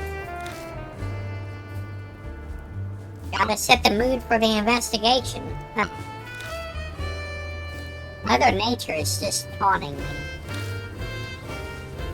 As the time comes to get the search started, 2 figures finally appear. Hey, right on time. Did you get any sleep? Grandma looks exhausted, probably as a result of everything that happened last night. Hello! 今日はわしの出番じゃな。シクヨロ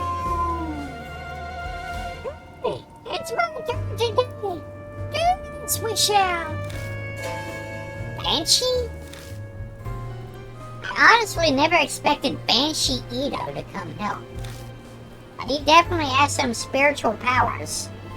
Yasuoka's judgment is on point. But more importantly, how is Hiru doing? She's stable. She's showing no adverse symptoms.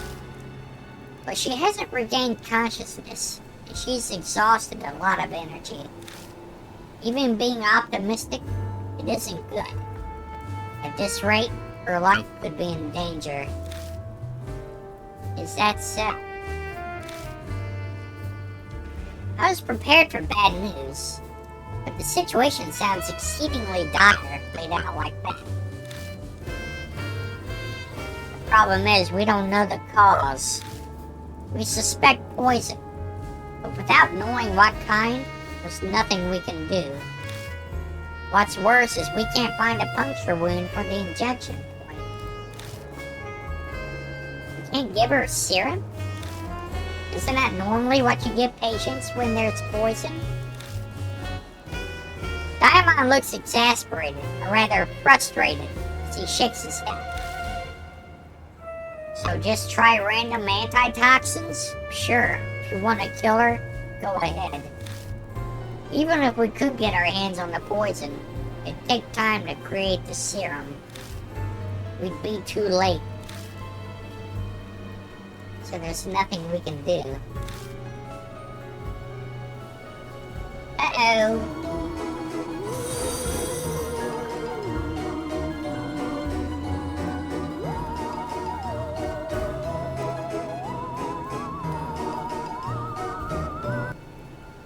Oh, hello there, Quack Dot.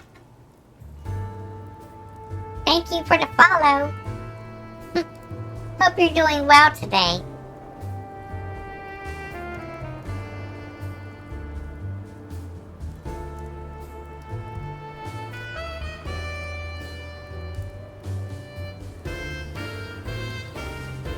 Yeah, I thought so too.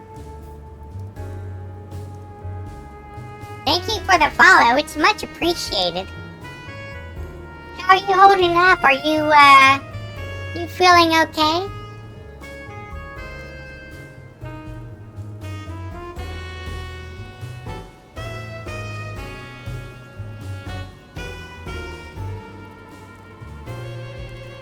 Right now. Come on.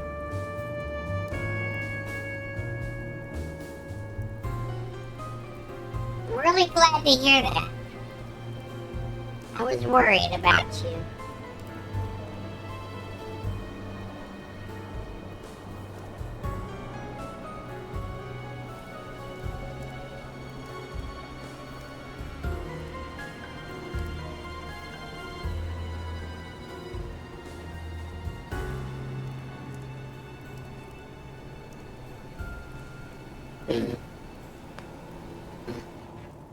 Let's see here. We just had something kind of clue. We just had some kind of clue. That's what should be. Forgive me, I'm getting all tongue-tied. All this craziness of the investigation and trying to be seduced by the nerdy antisocial scientist last night. It's all playing with my head, and I can't get my words right. I looked up at the hotel, basked in a sea of neon.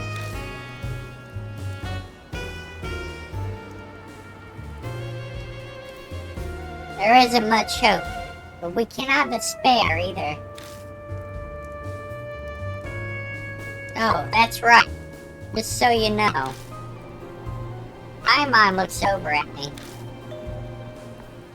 There was no mark on Hiru's body. I see. Which means that the nightmare isn't starting again. A sigh of relief. A frozen chunk of fear in my chest melting away.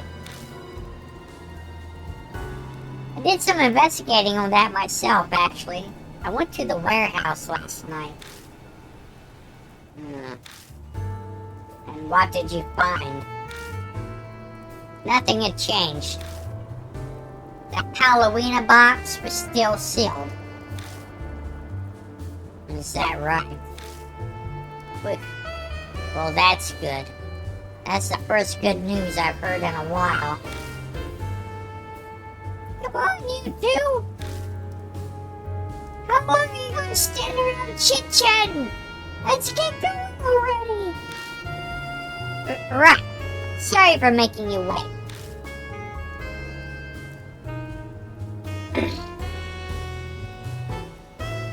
This is everyone for today, right? I hesitate for a second as Eita comes to mind, but this is all of us. Let's get started.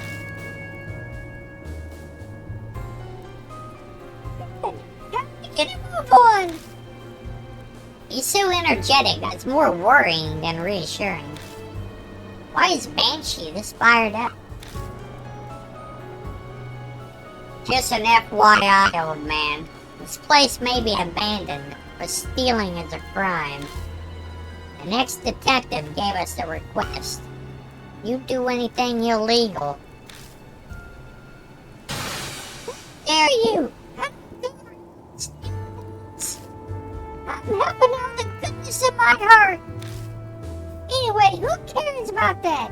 Let's get to searching. Sounds like Diamond hit the bullseye. Banshee rushes ahead into the hotel, as if trying to get away. As troublesome as ever. Well, it's at least reliable at times like these. By the way, Venkman, may I ask you to do something for me? No need to be so formal about it. If something were to happen to me, please move Hiru to another hospital at once. I've spoken to another doctor I know. Okay. Then if I start acting strangely, I'll leave myself in your hands, Daimon. Yes, of course. And what will we do if we're both done in? Good question. Guess it'll be up to that grumpy detective. Right. Let's have him take care of it. Come on. We can't let that guy wander alone. Let's get inside here.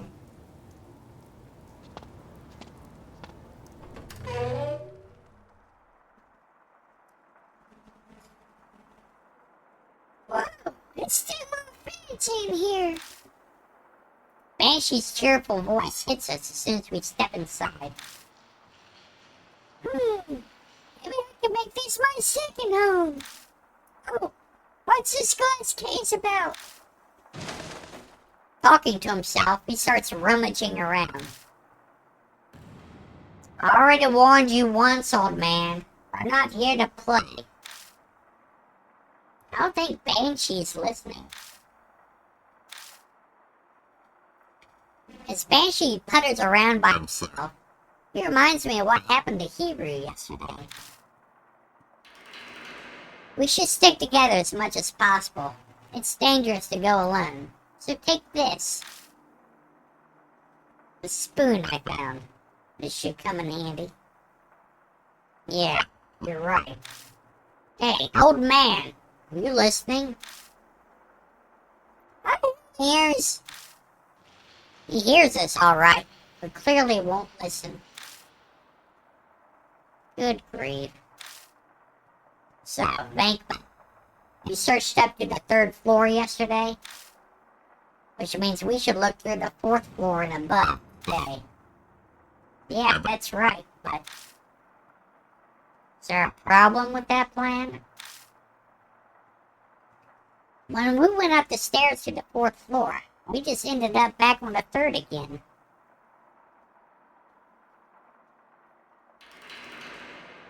Sorry for worrying you, I just overworked myself and I had so many negative effects to me.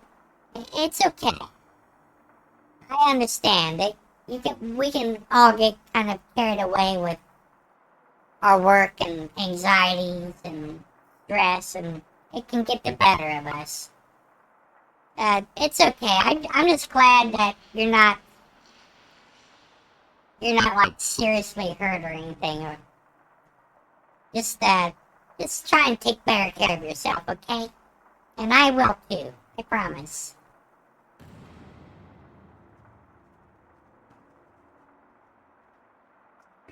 When we went up the stairs to the 4th floor, we just ended up back on the 3rd again. Alright, I'm glad to hear that, Quack. Always happy to see you around.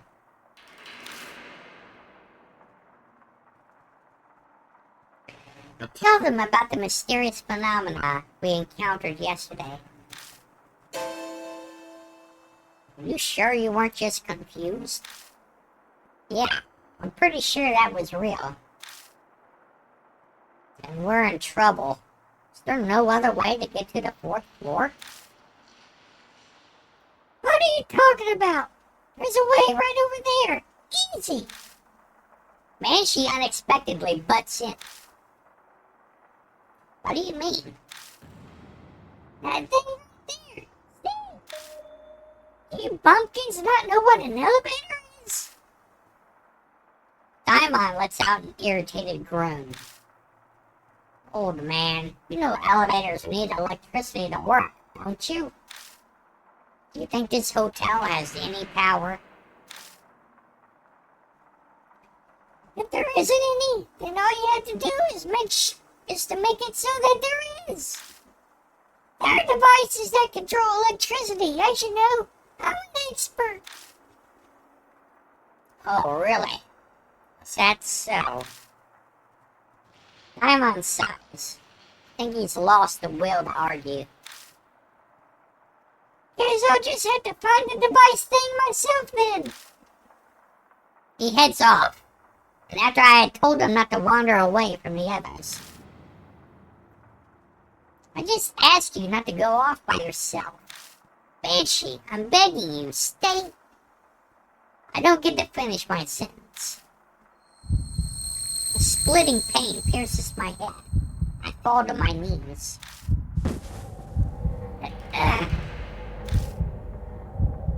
Banquet?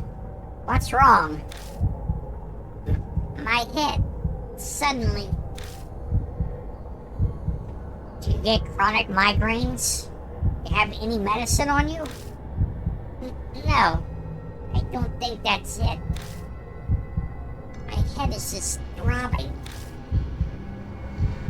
Pulsing headache. You don't have any medicine, then icing it is best. I'll go buy something from the vending machine. Sit here until I come back. Don't try to stand. You could fall over. I sink to the floor, unable to even reply. Before long, Diamond returns with a cold bottle of water, but... strangely enough, my headache completely vanished while he was gone. It's hard to believe that a pain that intense would disappear so easily, but it did. Diamond doesn't seem particularly surprised when I tell him. No, it's not that odd. After all, we haven't clarified what caused the headache in the first place. I'm sure it's just exhaustion. You didn't sleep much yesterday, did you? That's true. Can't exactly say I got much rest. When you're under continuous stress, it's possible to get sudden headaches. Once you get home, you should take a bath or something and relax. Okay, I'll try that. All of that's common sense. All that's common sense. But it carries weight coming from a doctor. By the way. Diamond looks around, puzzled. Where's old man Banshee? Huh? I whip my head around, searching. But Banshee is nowhere to be found. Jeez, already? I give up. We'll find him soon. Let's hope so. I'm quite worried. But there's nothing we can do. We'll let him do what he wants. As long as it's a proper investigation, the detective should have no complaints. Yeah, let's go.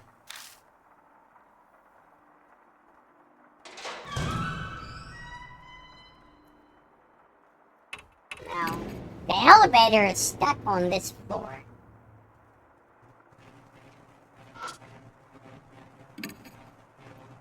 Try pulling on the elevator door.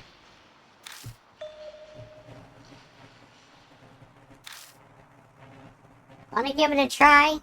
Lend me a hand. Alright, I'll show you what I'm capable of now that I've gotten healthier. On my count, 1, 2, 3. We muster all our strength. We try 2 or 3 times to force the doors open. Then... Whoa! There's a sound of something snapping, and the doors suddenly slide open. Did we break it? Maybe.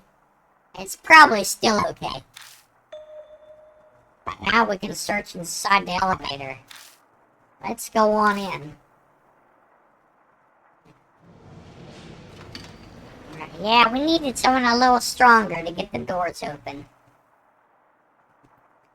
Manually opening the door with my hands and stepping in feels really weird. Paimon conscientiously closes the door once he comes inside. Don't do that, we're gonna get stuck in here. Doesn't leaving an elevator door open concern you? True.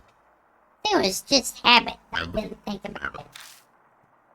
Still, are those spider webs on the ceiling? Yeah, looks like it. An enclosed area such as this would be a good place to spin a web. Now then, where should we check first?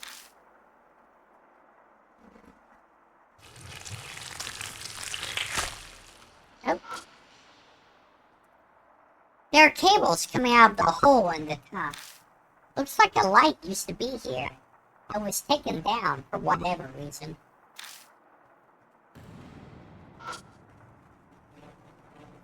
So, Hotel 4 guide. Listing up room numbers from the first floor to the 6th. The VIP's room is on the 6th floor. It's the only one with a different color.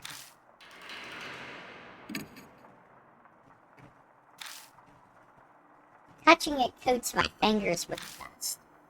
The 6th floor is in a different color, so there could be a special room there.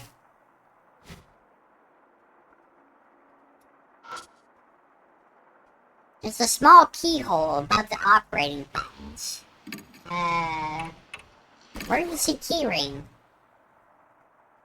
Take the emergency keyring out of my bag and check the keys on it.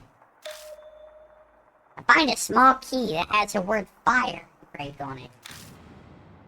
Stick it in the fire switch. I slowly turn it to the on position. But I can't turn it. Doesn't seem lubricated enough. If I try to force it, it might break. I think that's the right key. But you might need to put some oil on it. Alright. It's the elevator button panel. It has buttons for the first floor to the 5th. Going by how it looks from the outside, it doesn't seem to be broken.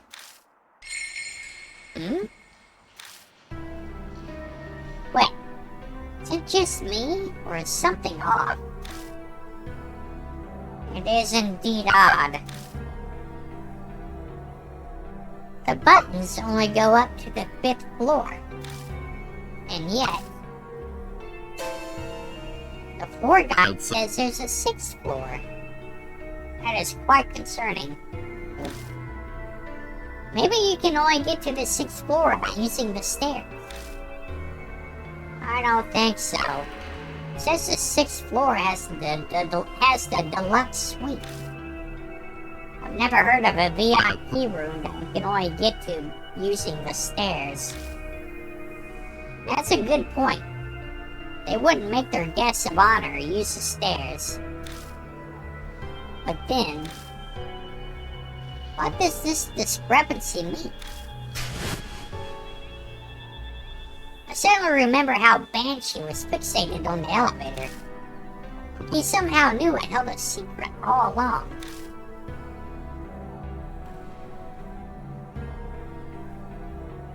In the end, we'll just have to try to get it moving. Huh? Get what moving? This elevator. What Banshee was saying. Paimon stares at me, his face a mask of utter disbelief.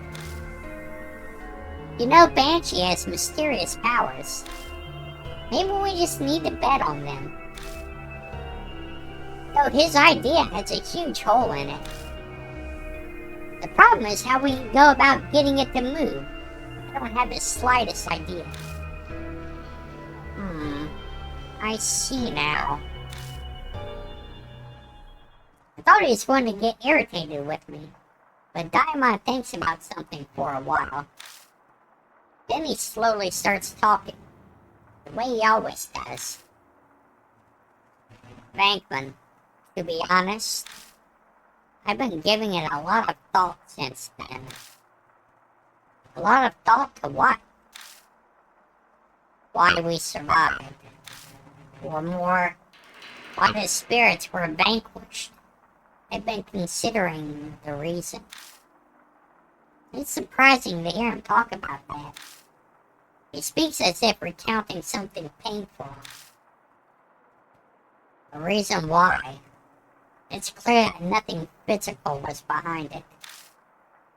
I get the feeling they were vanquished for a more meaningful reason.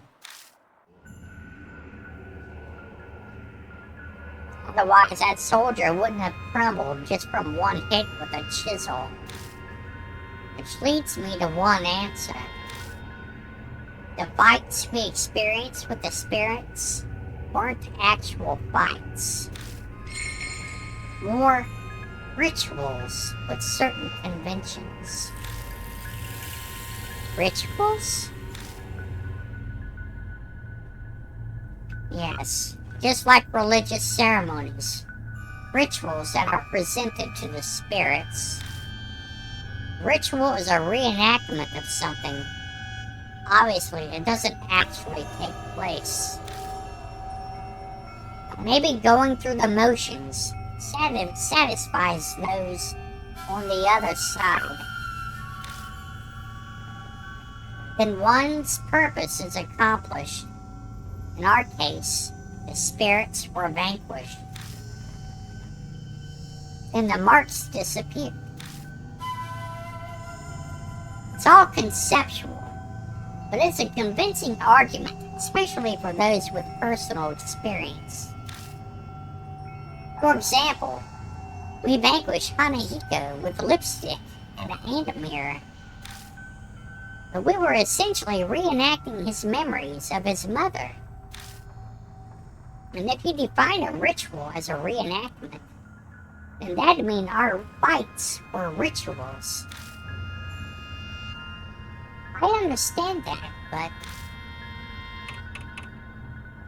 does this require a ritual too? That was my point. We must fix the elevator. That much is clear. Or perhaps we only need a ritual. In other words, go through the motions. So I'm saying we need to perform some kind of ritual to get the elevator moving? It's almost like playing house. This isn't playtime. Rituals are serious. No adult would get excited over a groundbreaking ceremony. Ah, true. If this is the work of a being caught up in some delusion, like the spirits, ritual might make something happen. The investigation was entrusted to you. Therefore, I leave the decision to you.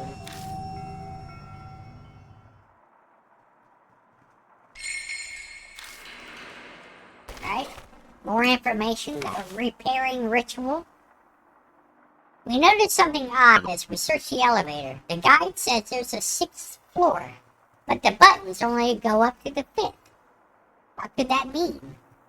We might just have to try to get that elevator moving like Banshee suggests. But how do we do that? Daimon says something odd, that even if we can't really fix it, if we pretend to, aka perform a repairing ritual, that might work. That's his theory anyway. It's true that he used the same principle to defeat the spirits by releasing them of their grudges. So it's possible it'll work. There should be clues to help us perform the ritual in the hotel. So I need to keep looking.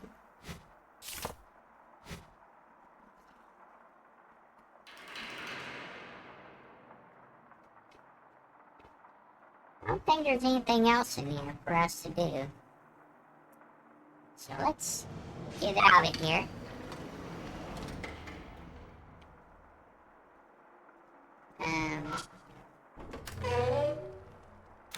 know there's a room where we can lift to this. Yeah. Yeah. No, it's not this one. I know there's a bed we can actually lift.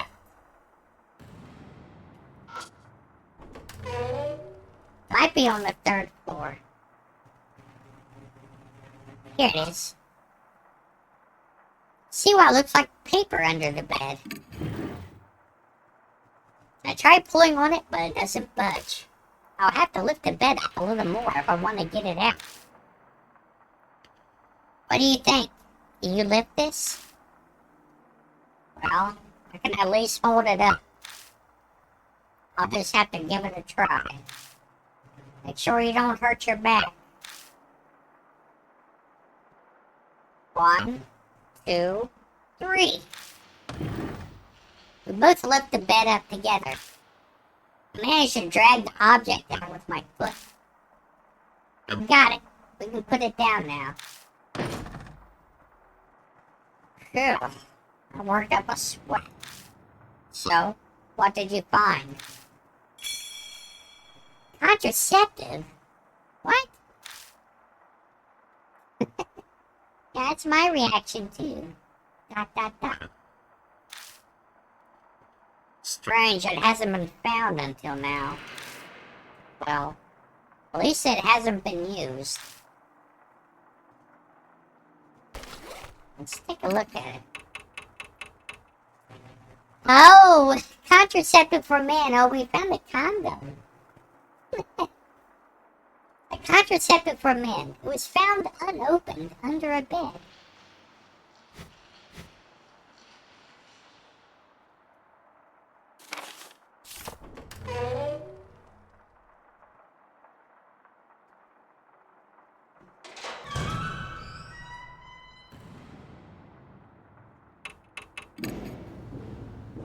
Go up to the 3rd floor here.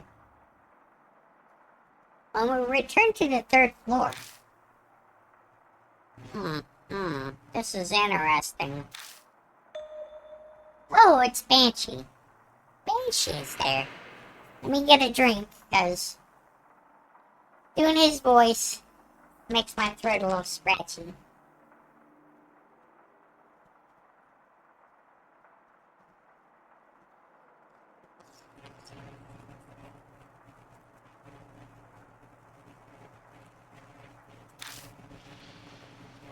He's appreciating a painting on the wall and mumbling something.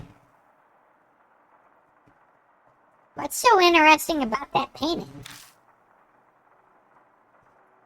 What are you doing?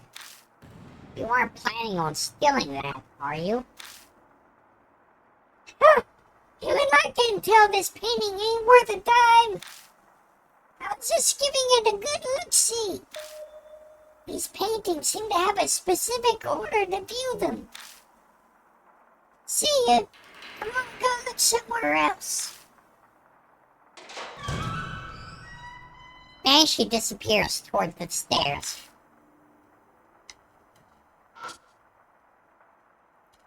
Okay, with an iron cover. I think it's some kind of electrical device. I open the cover and peek inside. I don't know the actual name for it. I find a device that looks like a circuit board. And of course, it's broken. We'll have to fix this if we want to get the elevator moving. Just like that old man said.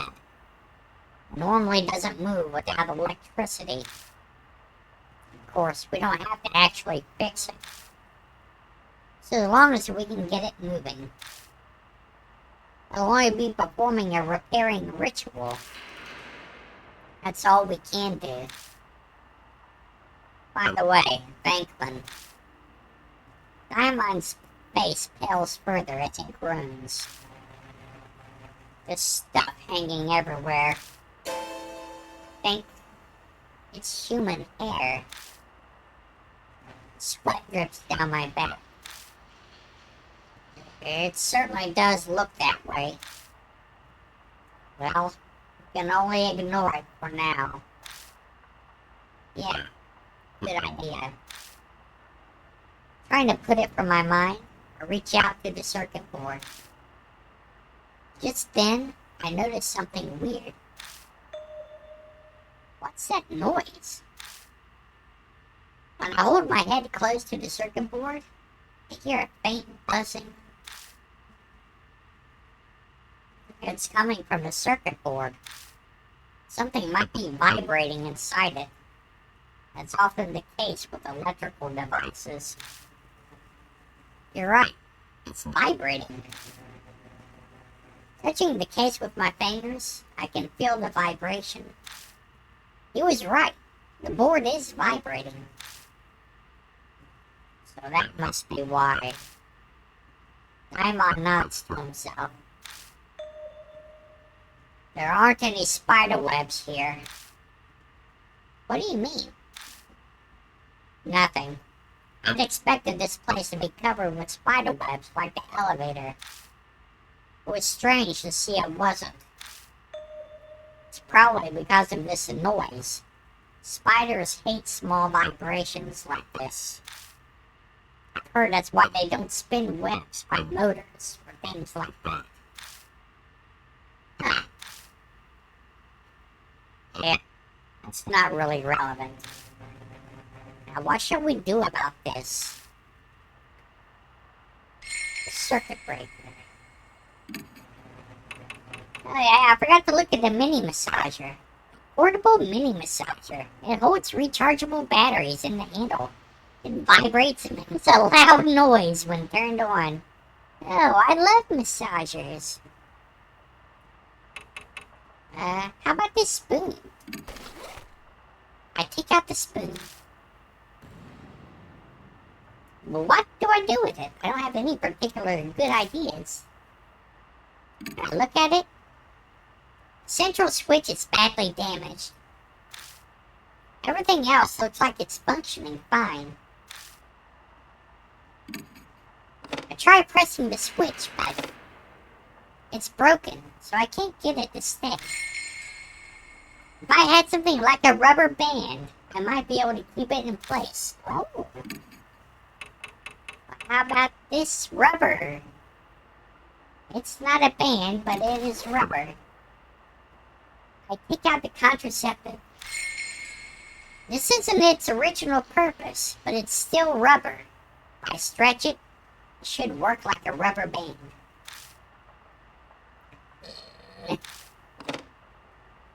I stretch the contraceptive with both hands and hook it on the switch. It's more strength than I expected. I managed to connect the ends and fix the switch in place. Huh, you're pretty imaginative. I used the contraceptive to repair the circuit breaker.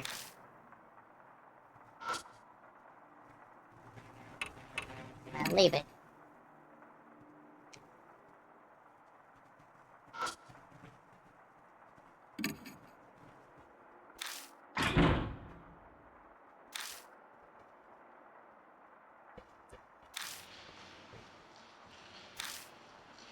Alright, let's go back down, see if the elevator's working now.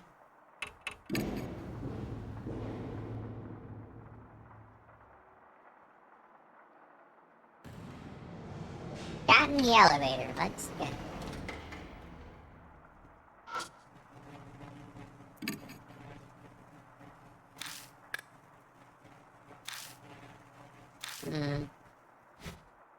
Alright. Maybe... I think there's another place we can look. Look. I think it's down in the lobby.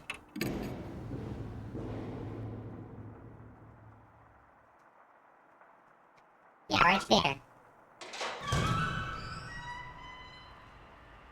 It's a damaged circuit breaker. The copper bar is broken. That's the only place that's obviously damaged. I tried moving the switch. There doesn't seem to be anything wrong with it. How about this spoon?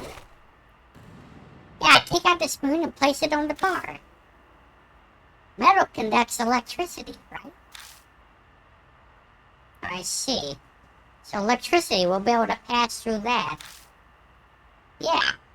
I'm not sure it'll actually work though. Might be enough for what we're trying to accomplish right now. Force the spoon behind the copper wire. Copper bar. And it sticks in place rather nicely. I use the spoon to repair the circuit breaker.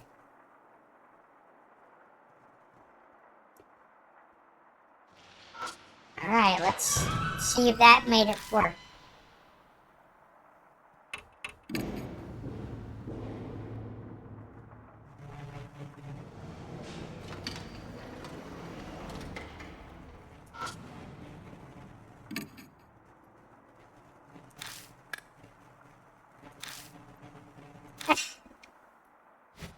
Oh.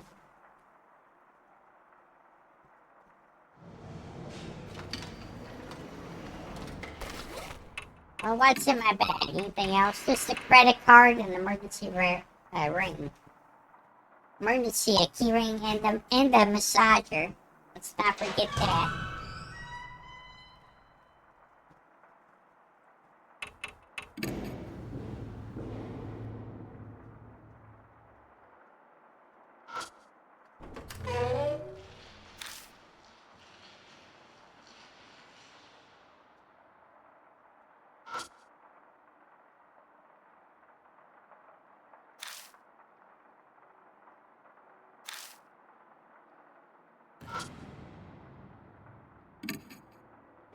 Here's that broken door again.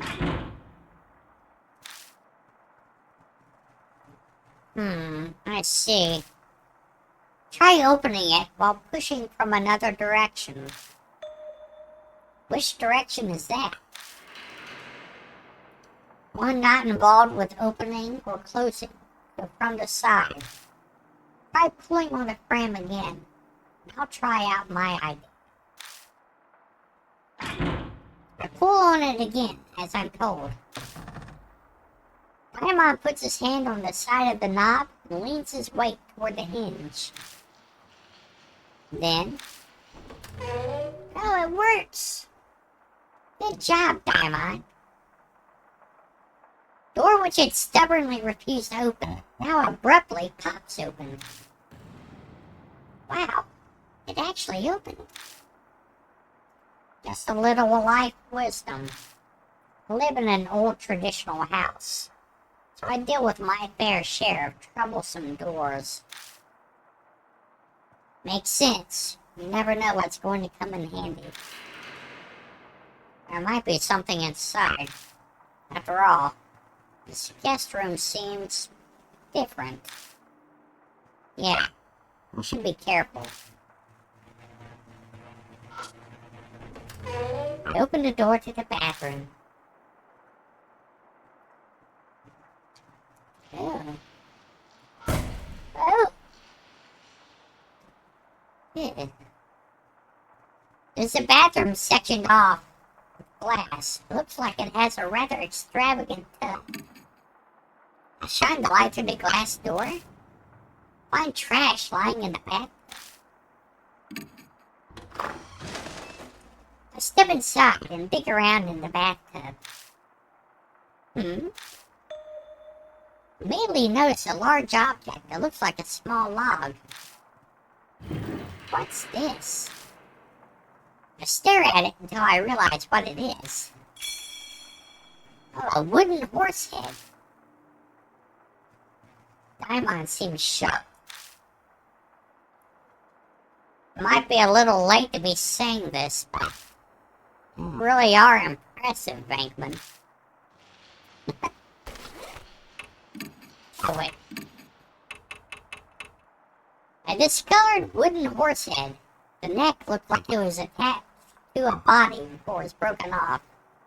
It was submerged in dirty water so long that it stinks slightly. Ew. Gross.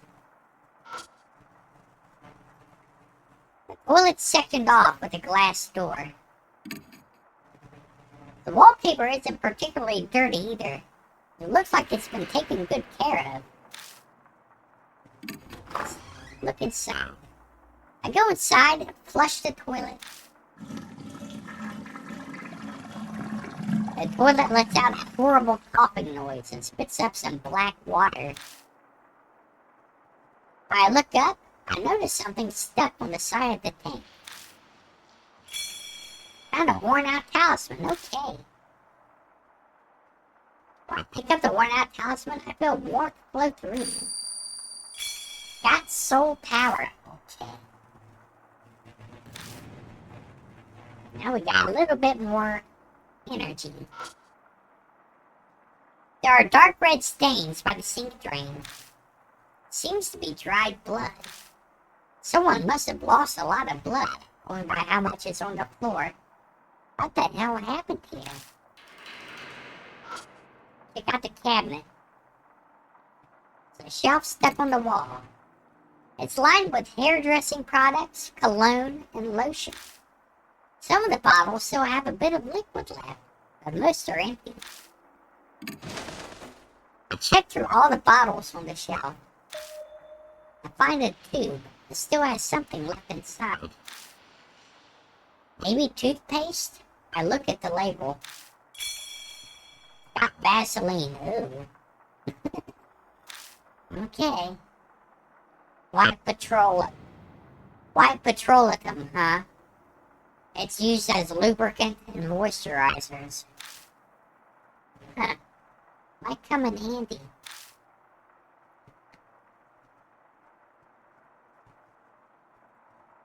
Well, thanks for stopping by, Quack. You take care of yourself and you have a good day or night. Bye for now.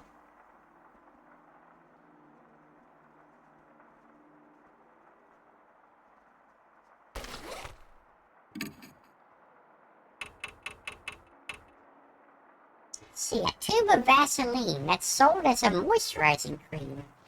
Besides rubbing it on your skin, it can be used on machines to prevent rusting or as a lubricating oil. Oh, I know where they use this.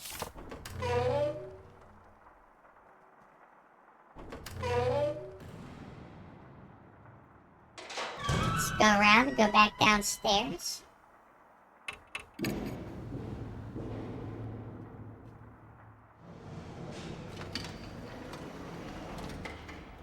There we go. Use that Vaseline on this rusty, keyhole. Smear the Vaseline around the keyhole. It's nothing more than a replacement for oil, but it might help the key slide better. Okay, now let's try the key again. Stick it in the fire switch. I slowly turn it to the on position. Something clicks. Then... whoa! The elevator automatically moves to the first floor.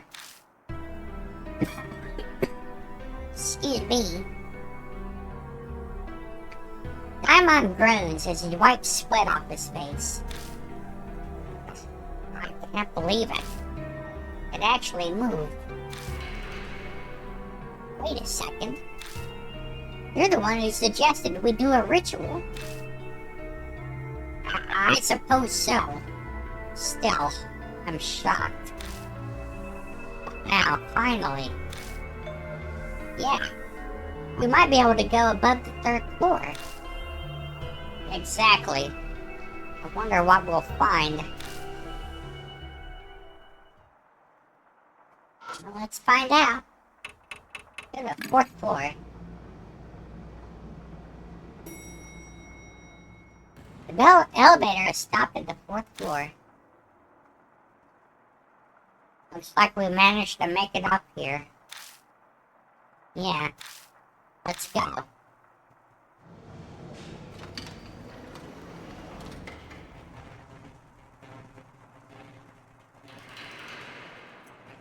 The gloomy hallway stretches out ahead of us. Doesn't look all that different from the lower floors. Oh.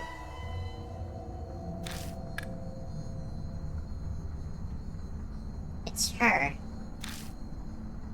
A red raincoat appears in the darkness.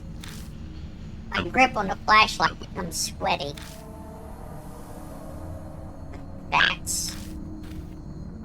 Daimon takes a step back.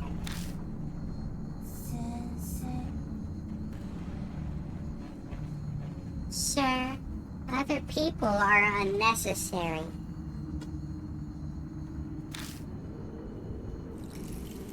You're the only one I want to see, sir. I don't like gross or scary things. She's calling me sir again. She seems like she'll listen to what I have to say. I should try asking her something this time. Anything, really. I just need a clue. Anything that can help save Hiru, who's suffering in pain at this very moment. Okay. Mind made up, take a deep breath, but... Daimon stumbles over something and falls. Hey, are you okay? Sorry, nothing's wrong. Huh? Daimon falls silent as he tries to stand. I look over at him and immediately see it. The thing Daimon stumbled over is... No! It's all webbed up. Daimon instinctively scrambles back. What is that? Something that looks like a giant cocoon is sticking to the floor. I can see a scarf and hat entangled in the glittering thread. They look familiar. No, it can't be. The Banshee? Old man, are you kidding? Banshee, can you hear me? Please say something.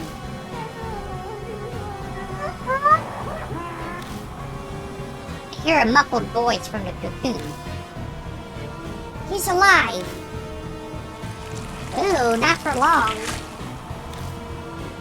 Spiders? I quickly move to shoo them away. I see a red figure out of the corner of my eye. Yeah.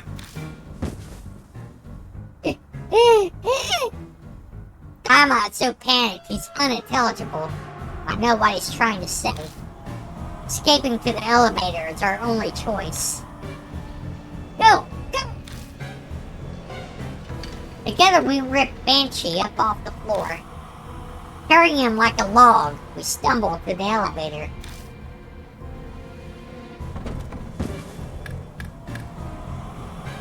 We fall into the elevator, and I repeatedly slam the button on the first floor. Banshee, can you hear me? Hey, say something! Daimon tries to give Banshee medical treatment.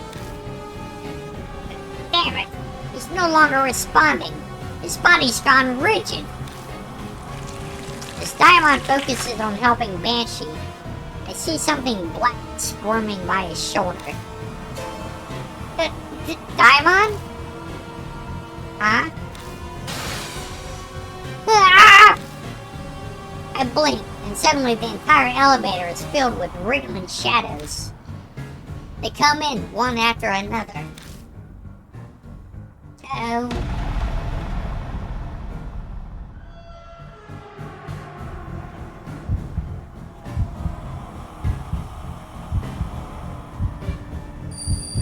Yell. Yell at him. I bend over and yell loud enough to wreck my throat. The spiders visibly stop moving for a moment.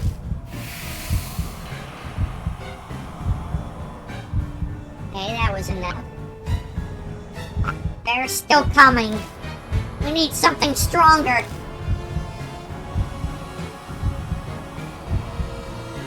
Yeah, let's use the massager. Spiders can't stand toys.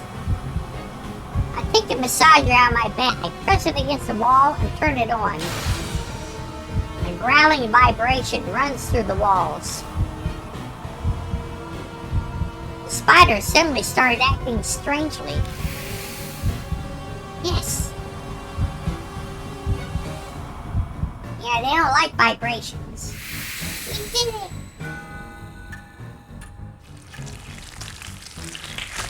The creatures vanished instantly, as if they'd only been a mirage. What's going on? Yeah, I was desperate. I can't believe that thing had enough vibration to scare them. As I'm puzzling out why. Huh? Something slams into the elevator door hard. 早くエレベーターを Elevator! Hayaku! Right, I need to hit a button. But then I realize I already pushed the button a ton of times. Press the button for the first floor again. It only clicks. This metal box is stranding us. Why isn't it moving? Whoa! あいつだ早く早く It's obvious who she is. Move, move, move! I pray silently as I jam the button. Then... Huh? Phew. We stumble out of the elevator without checking to see where we've stopped. Looks like we're in the lobby again. We're in the first floor lobby. Did we escape? Yeah. For whatever reason, the elevator decided to move at the very last second. I doubt my praying actually worked, but I'm not sure what happened, but I think we're safe. Breathe a sigh of relief. And a figure appears in the gloom. But why were you guys in there? Ada? You're both covered in sweat. Did something happen? Of course something. Huh? Wait, Ada, did you call the elevator down here? What? Yeah, I mean, it looked like it worked, so Did I do something wrong? Ada holds himself back timidly. It sounds like he thinks I'm mad at him. Paimon silently steps up to him. And suddenly gives him a hug. Thank you, Eika. Well done. If you hadn't been here, we would've... True. You couldn't ask for better timing. I can't be more grateful that Suzu contacted Ada. What's most important right now? Oh, that's right. He needs emergency treatment. Come help me with him, Ada. Okay. Completely clueless, Ada helps us drag the white lump out of the elevator.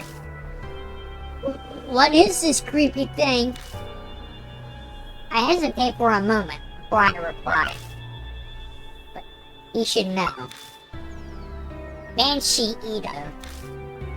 The old man from the underground shelter. What? Whoa, idiot! Don't drop him!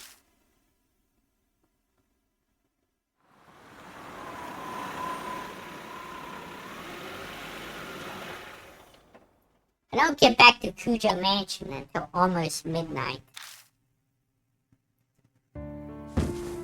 My exhausted body groans in pain as I collapse onto the sofa. My head feels heavy, like it's in a fog. To top it off, things are worse than yesterday now. Banshee was sent to Diamond's hospital and immediately admitted.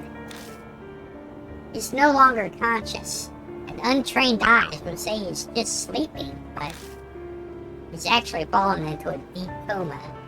His condition is very serious. To be honest, I wanted to go along and do something to help.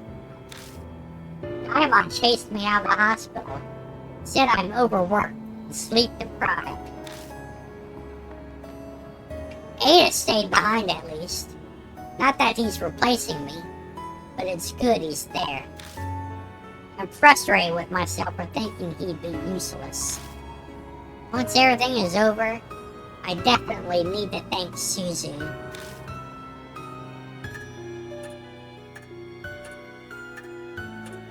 First Hiru, and now Banshee. At this rate, even if I keep investigating, I don't find any clues. Thinking about it makes my stomach hurt. Those two might never recover. And that's just assuming their conditions stabilize.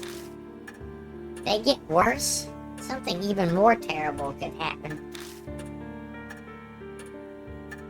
I put my head in my hands and sigh. The red raincoat flashes in the darkness. What should I do? How do I have to keep investigating tomorrow? Once I finish looking through these documents, I should head straight to bed.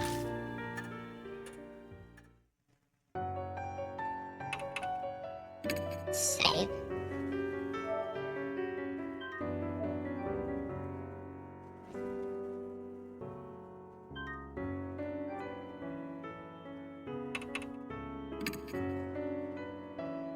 Let's rest.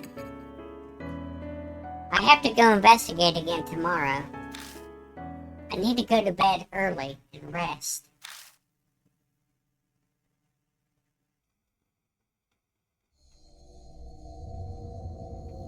Early morning. And I get the worst wake-up call ever.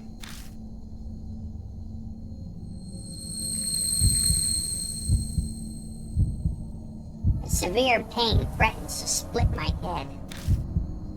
The mysterious headache from yesterday is back with a vengeance. I meant to go to Daimon's hospital to see Hiru and Banshee while it was light out. Spots flash before my eyes. I can't even sit up. Pull the sheets up and wait for it to pass.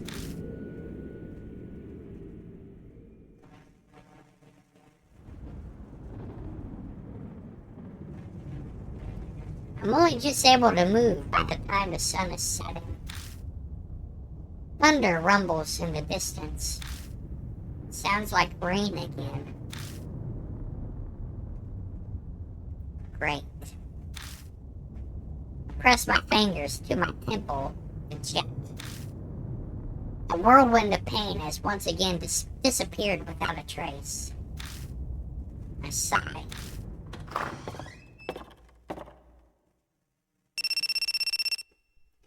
Mashita calls as I'm making coffee in the kitchen. He says he'll come along for tonight's investigation. He must have finally wrapped up his other cases. He mentioned that he dropped by the hospital in between cases to see Hiru and Banshee. Seems they went berserk when they awoke, and are now restrained. They refuse to eat. Relying on IVs won't work forever. I didn't expect the report to be good, but this is a critical point in the case. Before he hangs up, Mashita utters a warning. And this is the 11th hour. Mashita doesn't offer a reply. The red lights outside the rain-soaked window are hazy like a wilting flower. It's time to head out.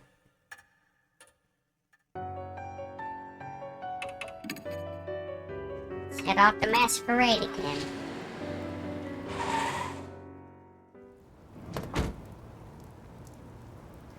I park park the car in the parking lot, as always, and walk over to the street in the rain. I pass down the familiar road to the hotel. 遅いぞ。何してやがった。 You're late. What were you doing? A man in a trench coat cuts an imposing figure on a white street corner, glittering in lights. You know damn well time is of the essence right now. Diamond's prepared for the worst, too. He's made arrangements to transfer them. Transfer them? Oh. They must be in pretty bad condition then. And I didn't mention this over the phone, but I met someone at Diamond's hospital. I ran into Sho Nagashima. Sho? What was he doing there? Some of his gang hangs out here. Guess we're a hot topic with them. They've seen people in and out of the hotel. Nagashima heard about it and figured they were talking about you. He contacted the fortune teller and, well... So now Sho knows about the case too. Why didn't she just keep quiet? That old lady hands out business cards to anyone and everyone. It's a real pain. So, did you talk to Sho? Why would I? He cornered me, asking for info on the case, but I drove him off. Suddenly feel uneasy. You didn't say anything unnecessary, did you? Of course not. I just said to stay out of grown-up matters.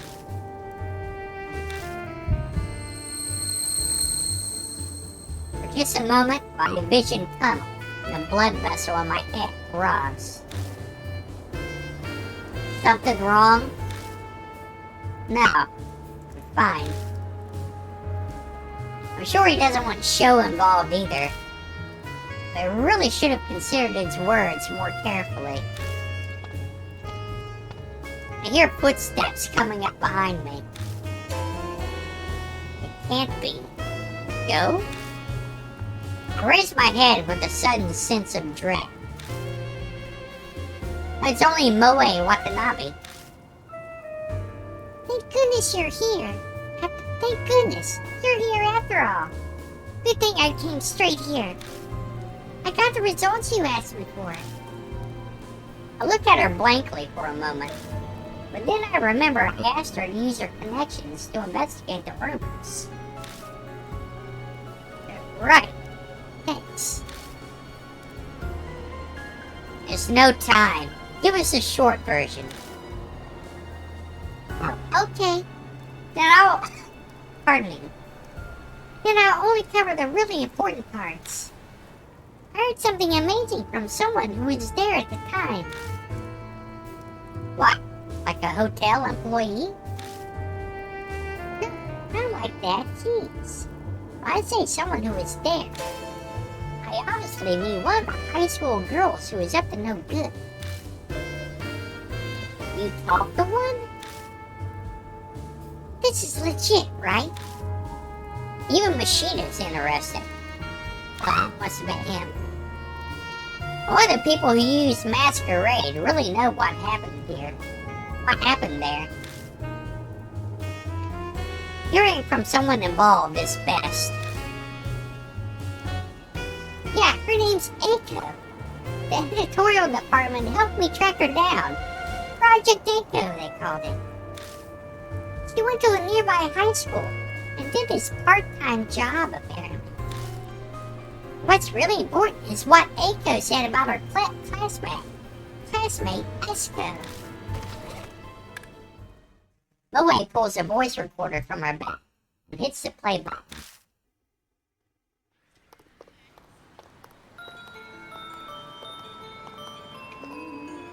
Yeah, a friend introduced me to a part-time job.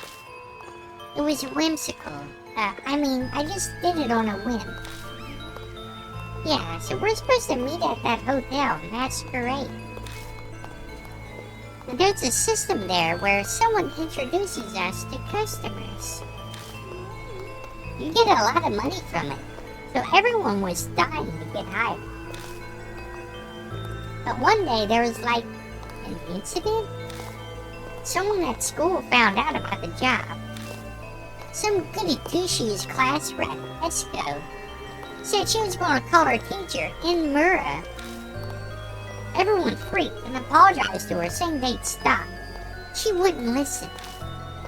If our parents found out, it'd be the worst thing ever. We begged, but she didn't budge. In the end, she left class saying she was going to go to the police with Emilia. We were totally freaking out, so I went to the hotel that night. I mean, at that point, there was no harm in going, you know? But then, she was there. Esco was standing in front of the masquerade in the drizzling rain, in a red raincoat. She'd said she was going to the police, so who knows why she was at the hotel. But it made us all jumpy and on edge every day after that. Except nothing ever happened. Soon after that, masquerade shut down. I guess they uncovered something. Huh? The job? Yeah, I completely quit after that.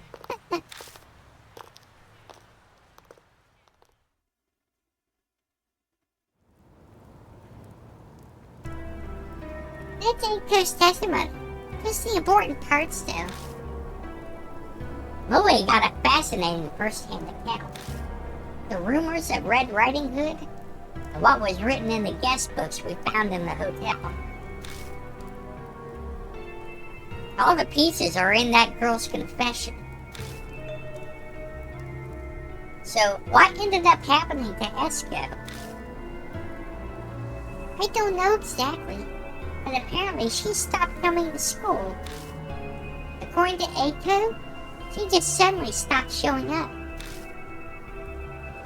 Mashita snorts. It's too perfect. She's probably just being overly dramatic. Especially that part about the red raincoat. Most people use an umbrella when it's raining. That's true. Mashita's right. It's possible that the raincoat was a sign for whoever she was waiting for, but hardly anyone comes down this street. It doesn't really fit. Is that all you have to tell us? Then hurry up and go home. So I really can't come with you? I worked really hard, you know. Apparently Moe really wants to come along. I do feel bad. She worked and got us that info just so she could investigate with us. But sorry, but you shouldn't be here. There have already been 2 victims. We can't get you wrapped up in this, too. Oh, okay. I understand. Moe nods. I guess she's already over it. また後で話を聞かせてよね。気をつけて。 She sounds worried about me. She disappears around the street corner. The siren echoes on the wind, an unnatural howl in the distance. I look up at Masquerade looming before us. What in the hell happened inside that hunk of concrete? There's always a tragic cause to the birth of a spirit. Red Riding Hood must be the same. But I can't watch my friends die. I slowly step forward, trying to escape from the unease that's threatening to engulf me. It's not right for the dead to meddle with the living. Mashita mutters beside me. Is that a personal creed? Nah, it's what I think. Mashita clicks his tongue. New info is added. Eiko's testimony. Let's take a look at that.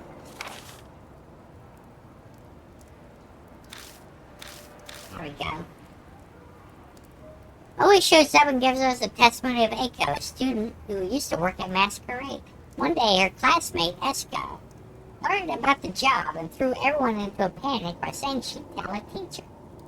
The students were afraid of police getting involved. Eiko wasn't sure what to do, but when she went to the hotel that night, she witnessed Esko standing in front of the hotel in a red raincoat. She told Eiko she was going to the police, so why was she there? After that night, Esko stopped coming to school. For some reason, the police never got involved. After everything, nothing happened. Why in the world didn't Esko go to the police?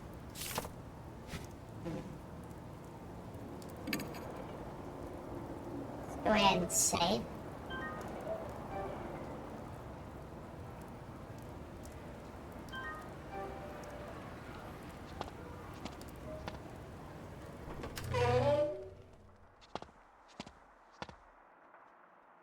Hey.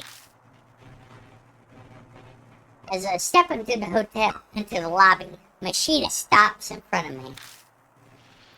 What's wrong? What a fantastic job you've done here. Huh? What are you talking about? Look. What? The lobby looks completely different. The room is covered in white. No, it wasn't like this yesterday. Thought so. These are webs? Machida touches one of the floating threads. Looks like she's up the ante. Bring it. I'm gonna make our appointment with our lady friend. Just then, the groan of the elevator moving echoes. Did the elevator just come back to the first floor? That mean someone's already here? Did you see which floor it came from? No, I wasn't looking. So I feel like it took a while between when I heard the noise and its arrival. I'm betting it's one of the upper floors. Maybe the 4th or 5th. Yesterday we got the elevator working and managed to get to the 4th floor. But because of what happened to Banshee, we weren't able to investigate any higher. Okay, let's start on the 4th floor. Sounds good to me. Pictures of guest rooms on the wall. Now let's get in the elevator.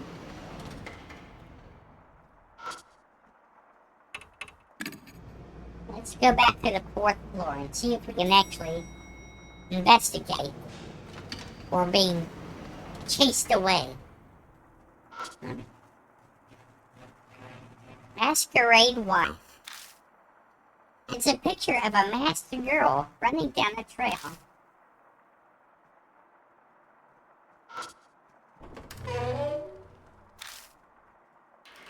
Right. Now, these rooms are getting more and more webby. There's a Venetian mask on the wall. It's a plague doctor mask. Kind of, I guess. It's got the long kind of bird beak nose thing going, but that's a little too fancy to be a plague doctor. I picked the mask up and find a talisman on the wall underneath. Oh, got another talisman.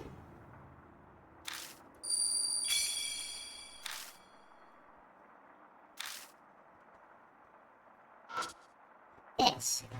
It's a chest with a vase on top. It's made out of wood, but it isn't broken. Whatever's inside is probably still intact. Pull open the drawer and find a notebook. Mask Guest Book 401.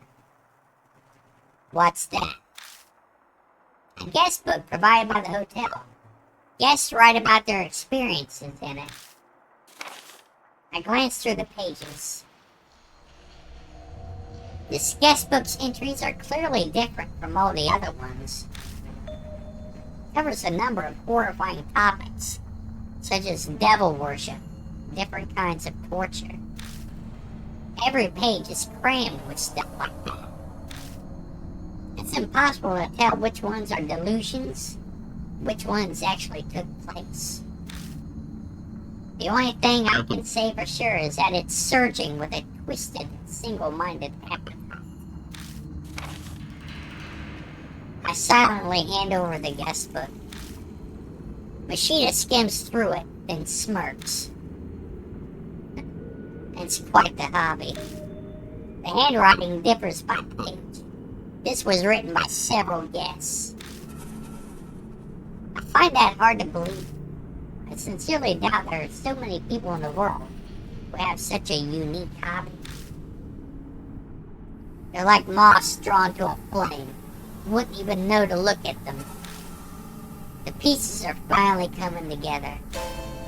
Seems this hotel offered a special service for its perverted guests. You mean the kind of stuff written in that guest book?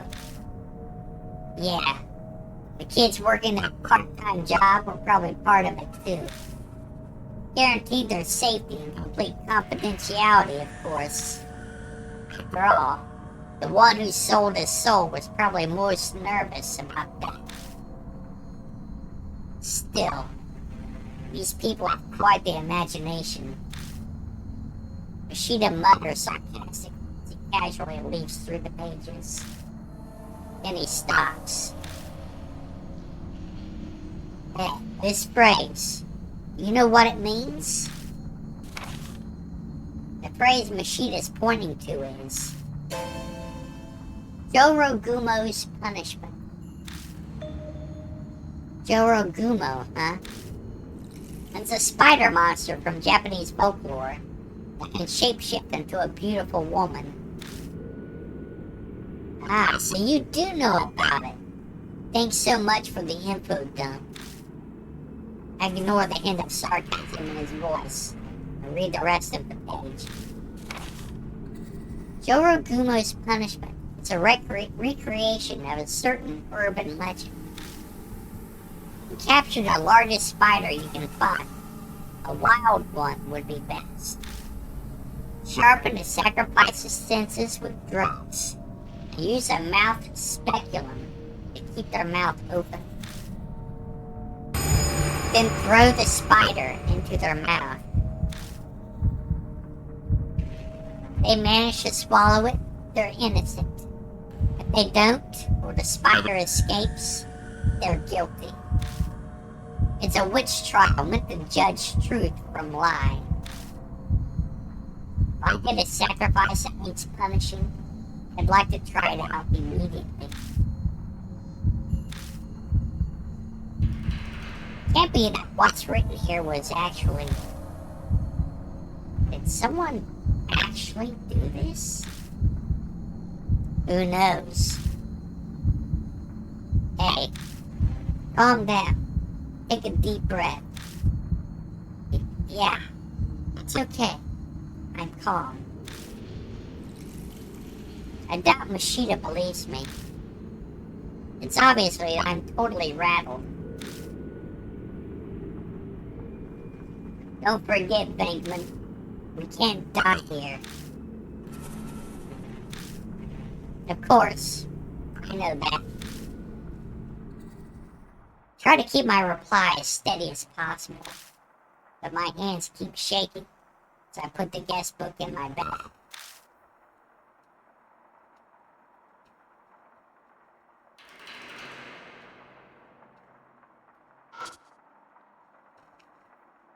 A large air conditioning unit attached to the ceiling. It's stained, but would likely work with electricity.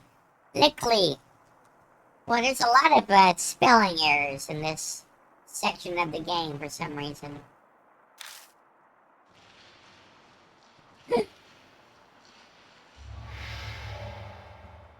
Don't scare me like that, Red Riding Hood. check behind the wired door. There's a folding table and chairs stored away. They're too big to carry around. Okay. Go in the bathroom, see what's in here.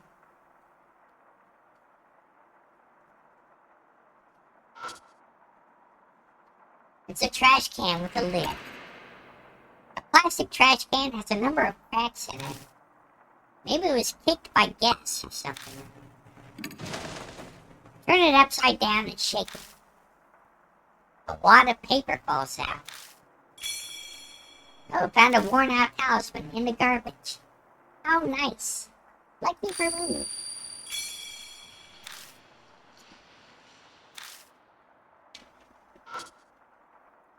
Some kind of slime is stuck to the mirror, so my reflection is hard to see. Ew. Gross. Oh? There are brand new spider webs. Is this web built last night? Okay. Now even perfectly normal spider webs are starting to look eerie.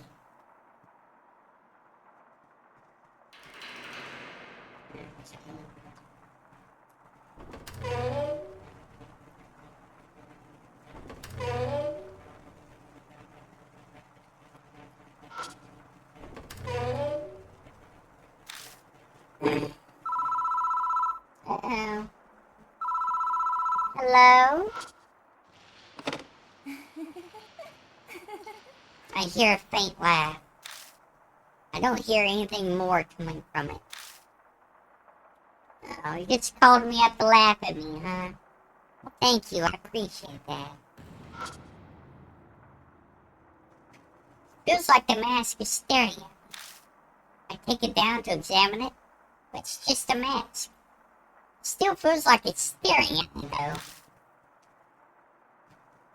Stop staring at me, mask. I don't like it.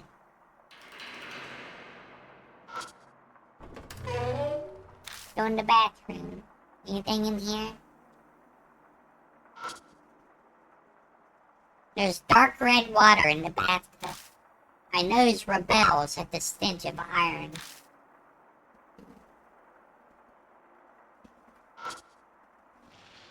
It's a horribly stained sink. Stains look like they might have come from old blood. I really don't want to do this, but I still need to check it out. I shut my eyes and stick my fingers down the drain. Touch something hard. Something cylindrical is stuck down there. Sadly, my fingers don't seem to be able to reach it. Something in there? Prime location hiding incriminating objects. It's likely an important piece of evidence. We should get it.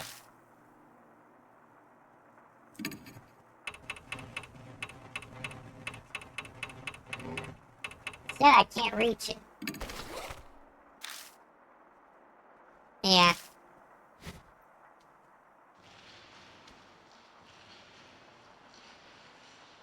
Yeah, we can't get that for now, so let's leave.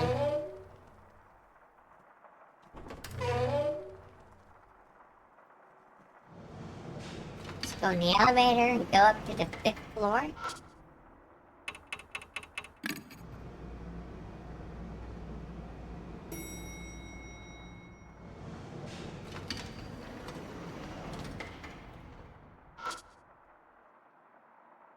Masquerade wife. It's a picture of a masked wife holding hands with a child. I open the door and check the switchboard, but nothing looks broken at first glance. Let's check out this guest room. Hey, shine the light inside. Oh. The body is finally turned up. Let's check it out. Pardon me, right?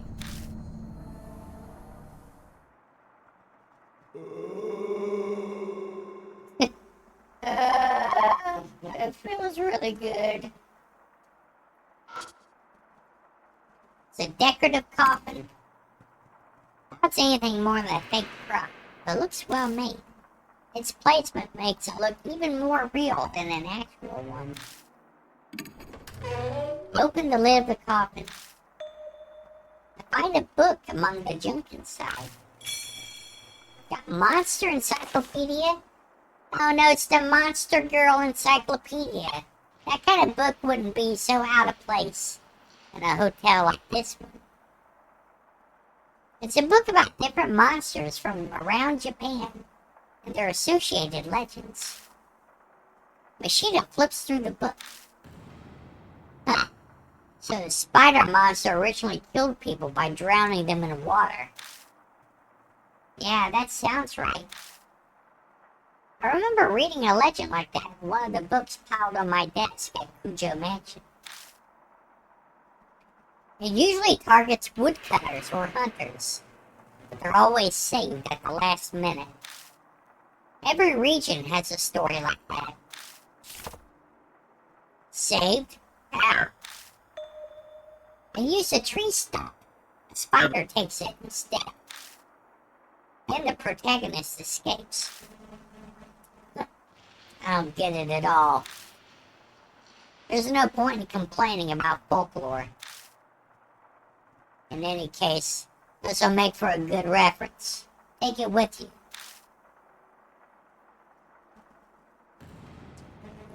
Look at his body. There's a skeleton left hanging in the restraints. Spiderwebs wrap around its entire body, making it look fake at first glance, but when I look closer, it does appear to be, well, an actual human corpse. When I touch it, something flakes off. It looks like traces of dried skin. The corpse is almost a complete skeleton. Small stature, based on the thickness of the bones, likely an adult male. Considering how dried out it is, I'd say it's been here for at least a year. The problem is the cause of death. Machida meticulously searches the corpse, and finally shakes his head. I just can't tell. Was he strangled by spider webs? Quit joking around. A joke, huh? It'd be great if that's all it was. Still, this skeleton. He must have been in pain when he died. His face is all twisted. If it was an adult male, then he's likely a guest here. No matter how hard I try to sympathize, I just can't. Hey, look at this. Machida suddenly tosses something at me. I found it earlier. It belonged to this guy. Still has some fuel left. Keep it in your bag or something. A cheap lighter.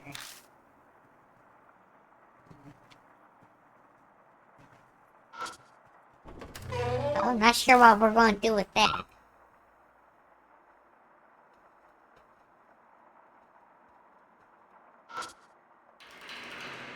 I opened the lid of the trash can to look inside. There's a large clump of hair inside, as well as some paper waste. Resisting the urge to scream, I securely closed the lid and chucked the trash can back where it was. Storage cabinet beneath the sink. Look at it. The door is covered with mold. I bet it's because of the humidity. I open the door and rummage around inside. Got a bent hanger. Oh, okay.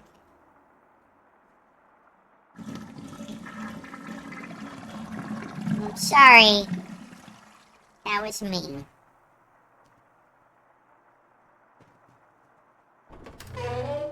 Let's get out of here.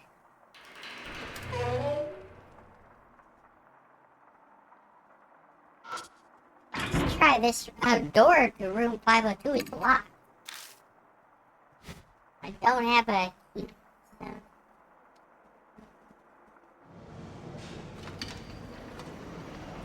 Get back in the elevator, go down to the 4th floor, and get that thing out of the sink.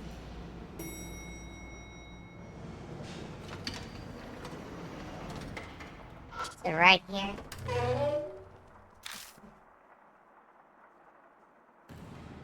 I think it's in this room.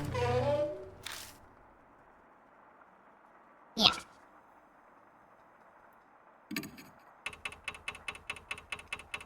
A metal hanger at the top of it has been out of shape. You know what? An idea hits me. I take out the bent hanger. I should be able to bend this into any shape I want. I bend it into one straight wire so I can fit down the drain. I stick it in the pipe and move it up and down. I hear the sound of dirty water being dislodged. It hits something hard. Got the key to room 502. Yes. On the key is a tag that says Deluxe Suite. That'll come in handy. Good thing it wasn't washed down the drain. Yeah. There are sticky white threads wrapped around this key, too. Seems like they stopped it from falling all the way down the pipe. Red Riding Hood's kind of guiding us along a little bit. Making sure that we didn't lose the key.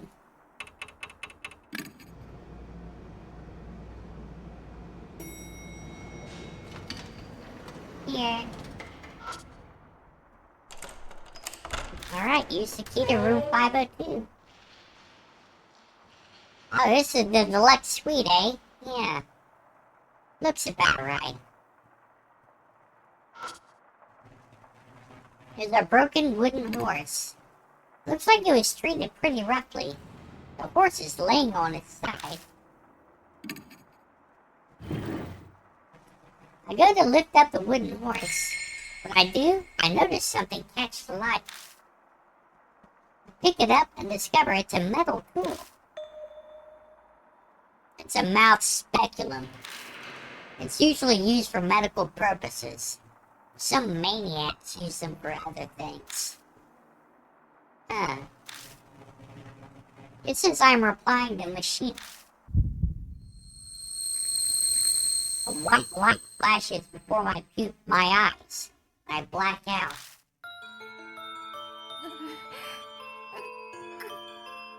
Oh no. I hear someone sobbing. My eyes should be open, but everything is pitch black. I shake my head desperately and try to look around. A horrible image flows into my mind. What is this? A young girl is blindfolded and restrained. Her mouth is being forced open with that tool. Her breathing is ragged. She must have been given a drug of some kind. Let us commence the judgment. Man speaks theatrically behind me. The court has decided to give the accused a fair trial and will judge her crimes. The trial will now begin.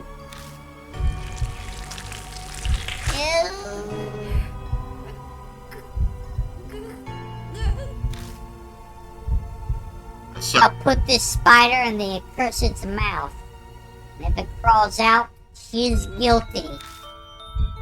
If she can swallow it, he is innocent. Upon hearing that, the girl starts jerking around frantically, her movements haphazard. Yeah, this, a little bit of trivia about this. This CG we're looking at right now is the only one that's censored in any way in this game. In the original CG, that's not a silhouette. You see a girl with the speculum in her mouth. And this spider, getting ready to be dropped into her mouth. But they shadowed it out. And, considering everything else we see in this game, I think it's strange that they decided this is the CG that was just too explicit and disturbing to show. The only reason I can think of that is that whoever was making the final decision here was probably an arachnophobe. Because, yeah, I can see how that would be very upsetting. And still, that's too bad. I wish it wasn't sensitive, but we'll just have to use our imaginations to fill in the blanks.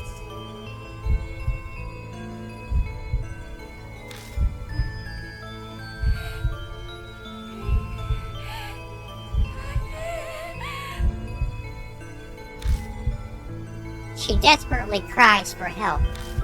Her words are garbled from fear or the drug. I hear men cheering. Then a man releases a giant spider into the girl's mouth.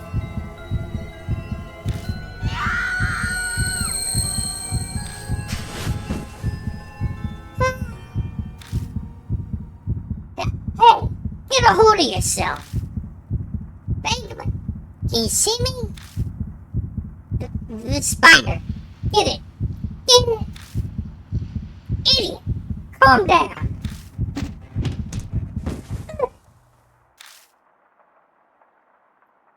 With a slug to the jaw, I finally returned to my senses. That's right. I'm in a room at Masquerade. In the vision I just saw. What did I just see? I went somewhere. You haven't gone anywhere. You just fell on the floor and started writhing. I feel like I've woken from a long dream. I can't believe that was all a hallucination. You finally calmed down?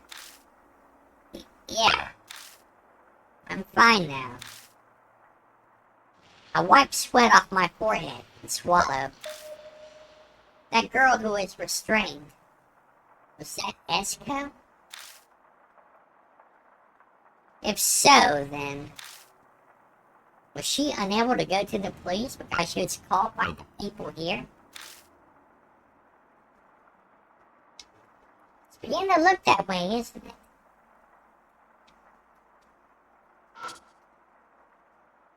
It's a decorative coffin. Let's open it up. Find a book among the junk inside. Got Demon Encyclopedia. Sounds like another book I own.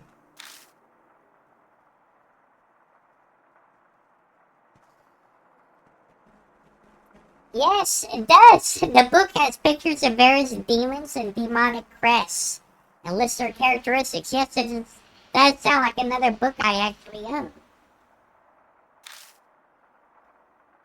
I guess the guests were interested in stuff like that.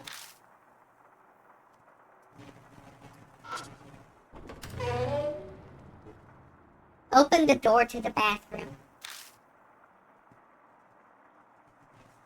Alright. Let's take a look around. What's the bath look like? The tub is covered in dents and scratches. Too many for it to be natural wear. Going by the appearance of the room, horrible things probably happened in here, too. Like the toilet. Shelf. It's lined with hairdressing products, cologne, and lotion. Some of the bottles still have a bit of liquid left, but most are empty. I checked through all the bottles on the shelf. Got bath salts and insect repelling cream. Okay. An interesting combination.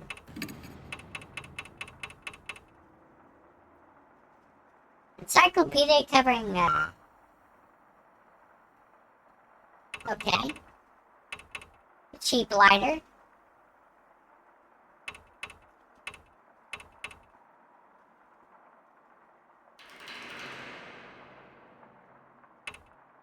Bath salts, bathing powder of mostly natural salts and perfumes. The label on it reads, a rich lavender fragrance using H rock salt. An insect repelling cream. An insect repelling cream in a dirty tube. It's been open. It can still be used as the lid was firmly closed.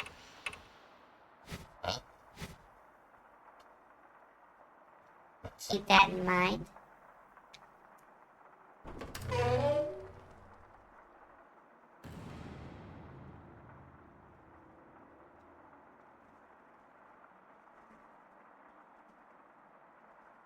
Okay, like that's it.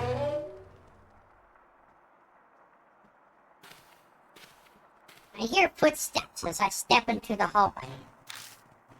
I turn in the direction of the noise to see Sho. Sho? Sho Nagashima is standing there. Mishita said he ran into him at the hospital, but can't believe you came. Sho? What's the matter? I take a step towards him, but Mishita stops me. Wait, something's not right. I look closely at Sho's face. No, it couldn't be. His face is unnaturally stiff. Suddenly he begins yelling angrily. 探してたぜ。ずっとよ。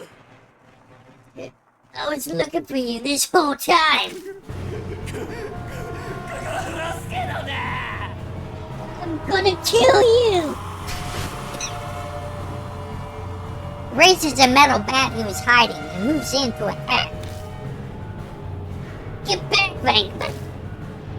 Mishita yells, urging me to escape. But we're in a hallway with close walls. What should I do?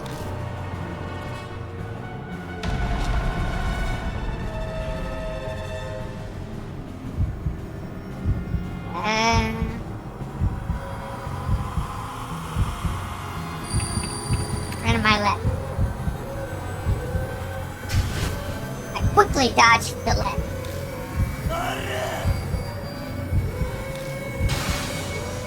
Sho's bat alters course in a flash and heads straight for me. But the tip of the bat hits the wall and narrowly misses me.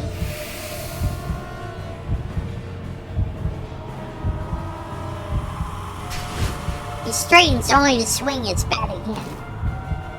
Shit! I have my hands full, just trying to get away. There's no way I'll be able to restrain him.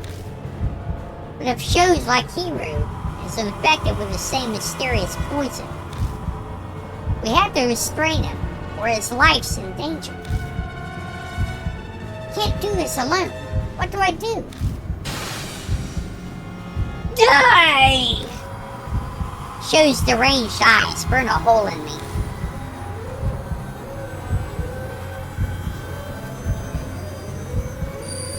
Draws attention.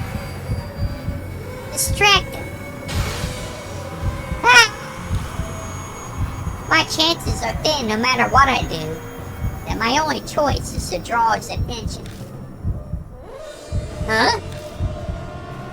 Sho hesitates for a moment, confused. A second later, you dumb idiot! You don't know when to give up, old man! The metal bat flashes above his head. Then, you're the idiot.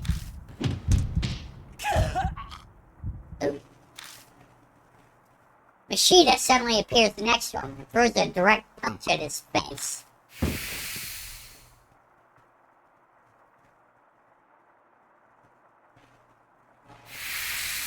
Okay.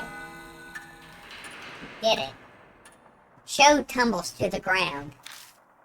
As he falls, his bat flies through the air and... yeah. Luckily for me, it glides into the side of my head, and I collapse with a pitiful yelp. Dumbass. Cursing, Machida quickly grabs Sho's arm and completely restrains him. As Machida puts his weight on him, Sho groans painfully. Finally, he faints. Hey, Venkman, you okay? Yeah, it just grazed me. I sit up, gently shaking my head back and forth. Thankfully, everything seems fine. Then give me a hand. We need to carry him out of here. It's probably like the others now. We'd better hurry. I think Sho would end up as the third victim. I managed to make myself stand, but my spirits have dropped down to my feet.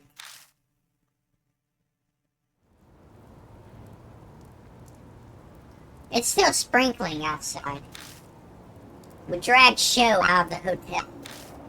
Finally, we have a chance to catch our breaths. We'll call off this investigation for today. Yeah. Banshee and Hiru flash before my eyes. The Sho's safety should come first. Let's go ahead and bring him to the hospital. I'll go get the car. Good idea. Yours is better for moving sick people around. I take out the car key and stand up. But just as I do...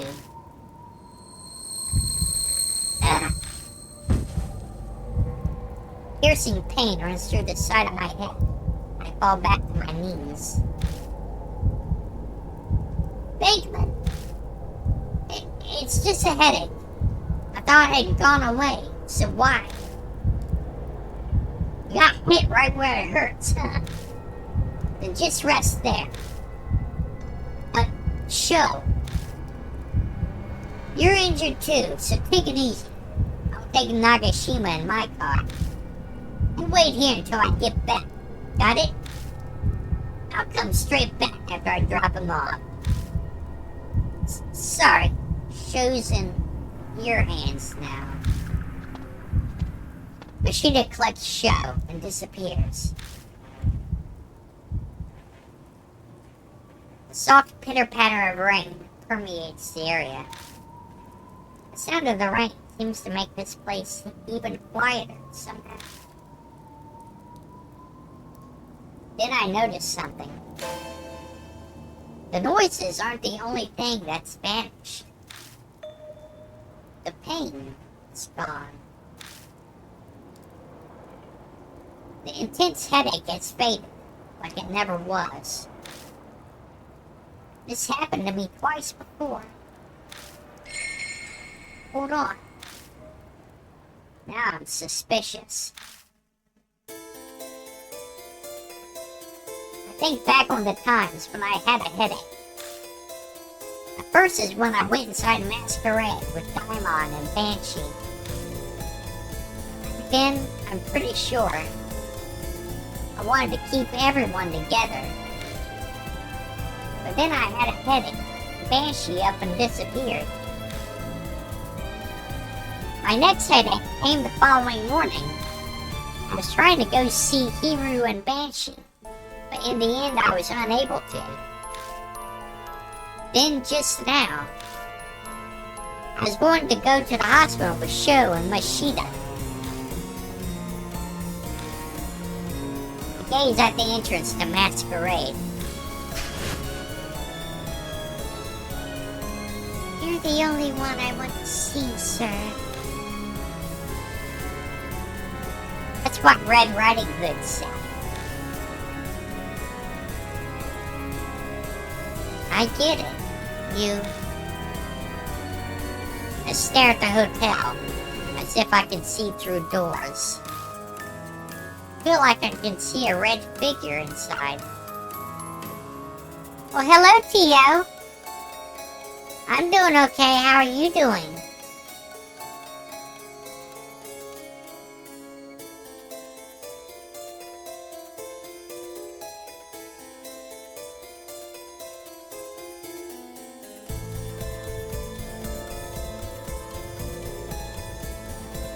Excuse me. Hold on. Oh, good. I'm getting closer to fixing my own sleep schedule. I have to go back to work later tonight, so I hope I can get it under control before then.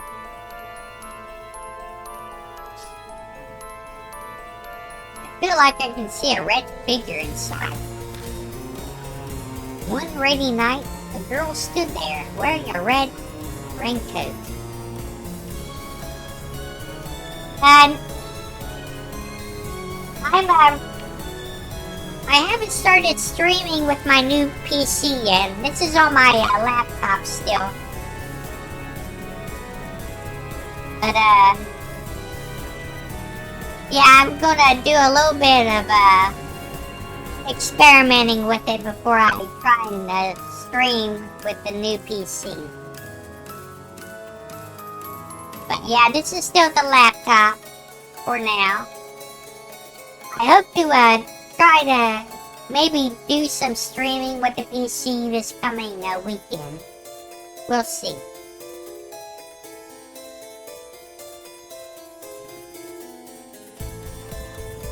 One rainy night, a girl stood there.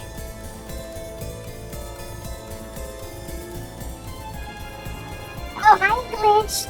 Thanks for stopping by. And yeah, I'm doing good so far. How's your evening? Oh, that's fine. You can lurk. I hope work isn't too bad for you tonight, Glitch.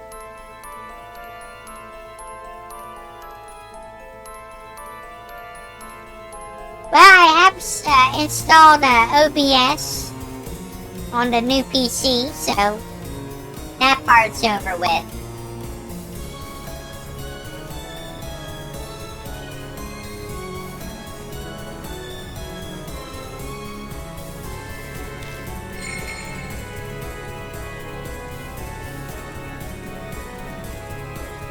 You're still waiting even now for the one you respect so much.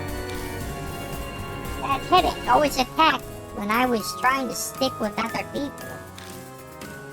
I stopped trying and stay by myself like I am now.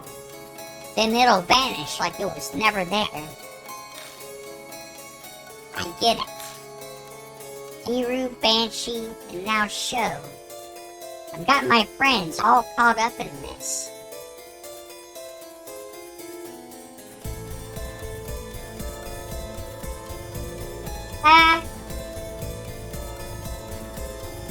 I've thought about that, Tio. I don't know, actually having a actual live 2D model. I think maybe I want to, maybe do a 2.0 version of my PNG before I move on to actually having a model to mess around with. It's something I'm thinking about.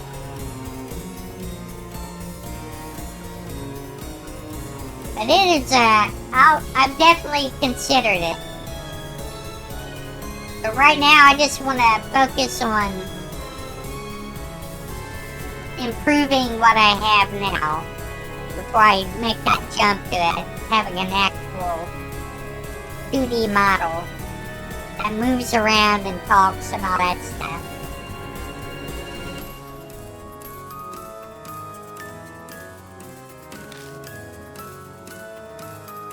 That's right. It's all my fault again. I'll come alone, so do what you will.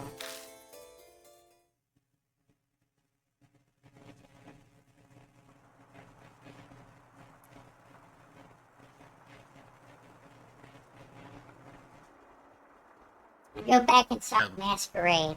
Yeah. I want to get emotes and overlay and,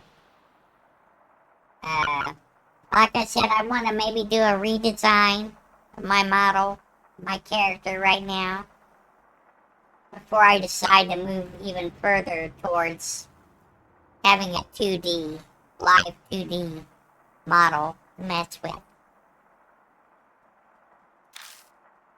先生 No, Sensei. A voice calls from the darkness, as if it was waiting for me.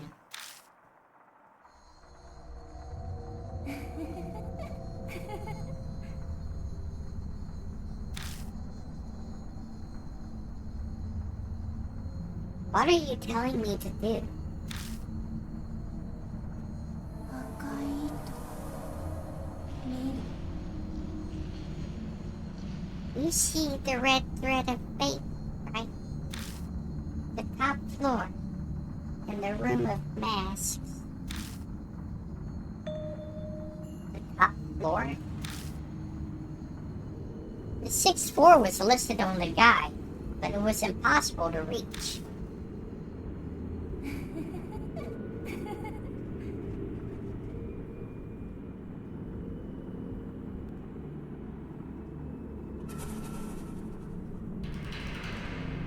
Okay. Thanks to you. I appreciate the offers. Excuse me. I'll be looking forward to that.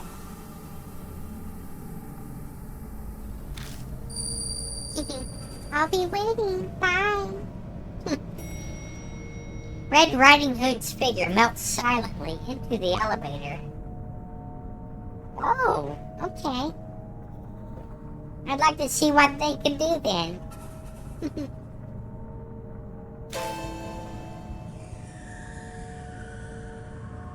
As she does, the elevator's floor display begins blinking on and off erratically.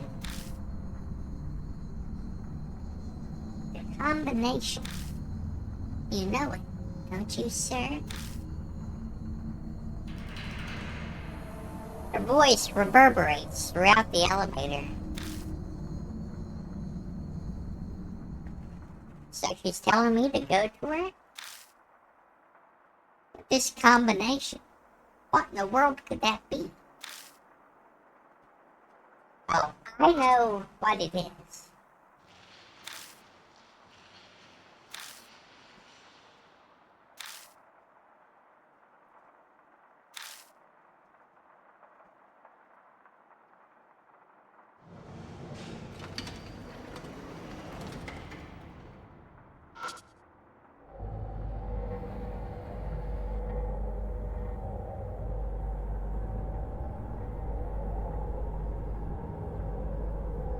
Okay, I'll keep that in mind, Tio. I'll take a look at your emotes and their other work, and I'll make a decision about that.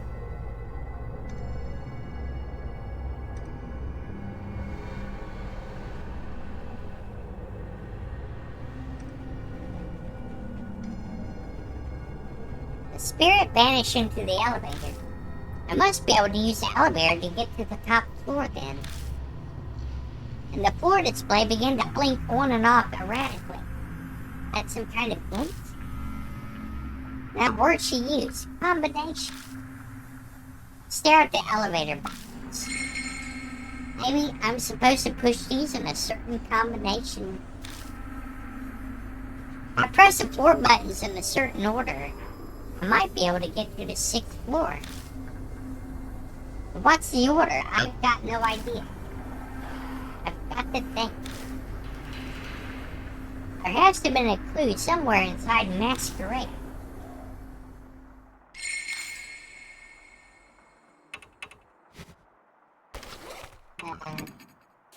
Yeah, the puzzle. It's those paintings we've been seeing all throughout the, hotel. With, like, a girl at various stages in her life.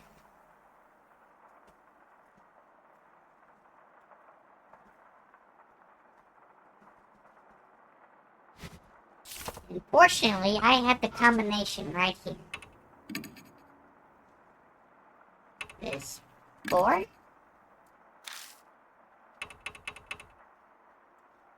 2, 1, 5, 3.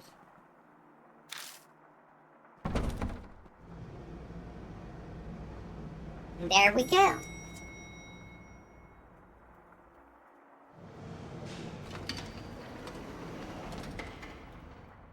The elevator door opens and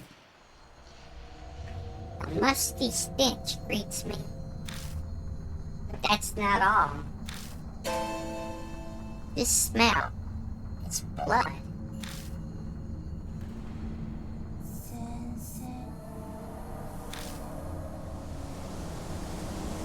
Red Riding Hood's voice drifts on the wind.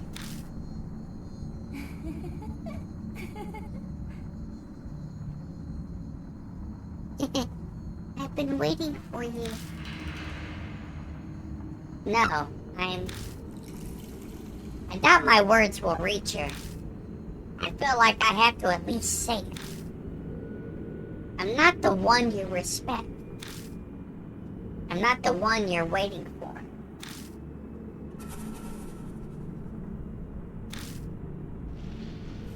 Liar. You always lie. I'm not lying. I'm really not.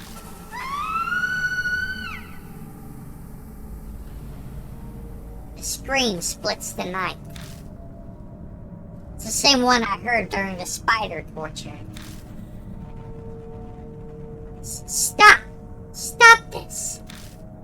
This won't accomplish anything. That's why, this time, I'm going to test you.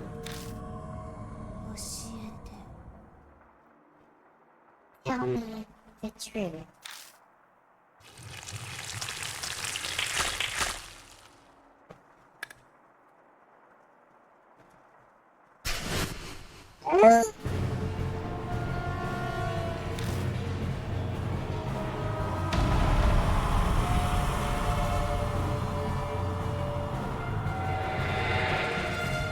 Countless spiders fly out of the darkness and start crawling all over my body.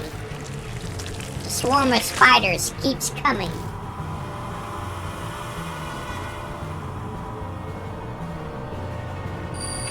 Save me, magic massager! Shit! I take the massager out of my bag, hold it against my body, and hit the switch. Oh no! This is supposed to be private. This worked before. The spiders start acting strangely. They all scramble away.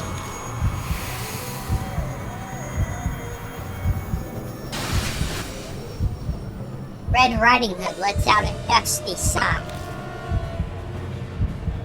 Glittering white threads fly through the air from her mouth.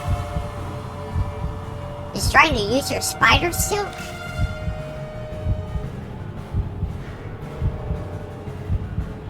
Yeah, we have to use the wooden horse head, because it said that you would use a tree stump in the legends. Hold the horse head over mine as protection. Strangely enough, the threads seem drawn to it and only wrap around the horse head.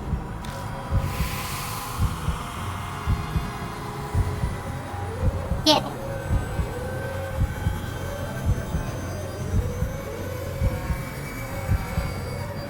Sir, who's in the wrong? I only did what was right.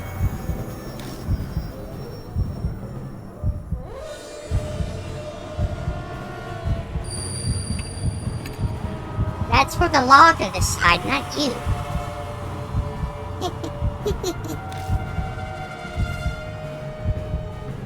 Red Riding Hood is staring at me. Sir, Come with me. The only thing that matters is your life.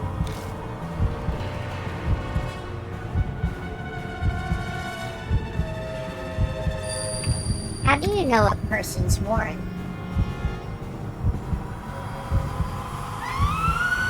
Shut up! Shut up! Shut up! Red Riding Hood screams again. Then her maddening eyes glare at me.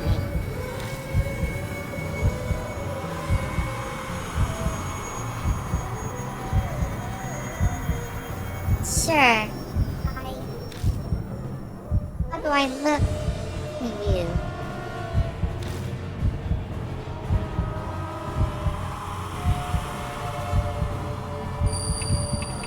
We met too late.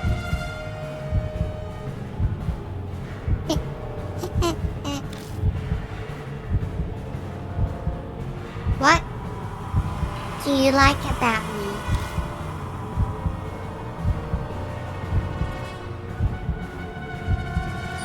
Your honesty.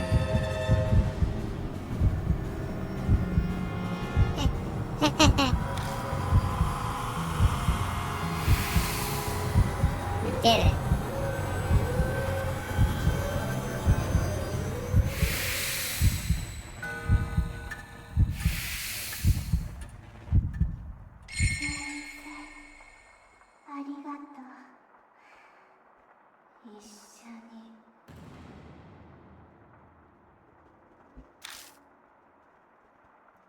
Red Riding Hood's figure wavers, then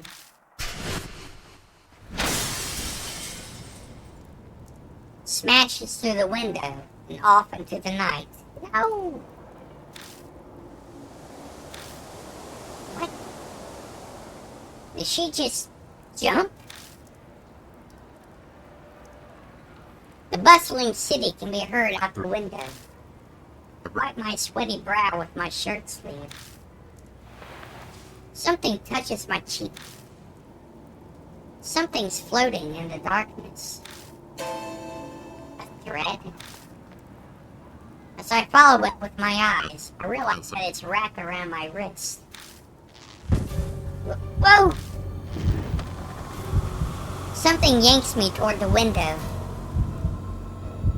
I brace my legs and try to resist. But all in vain. I'm thrown out into the night sky. I scream as I plummet. No, I should be rushing toward the ground. Just as I give up all hope. A strong jolt makes me look up. A man struggles to hold on to my arm, his teeth gritting with effort.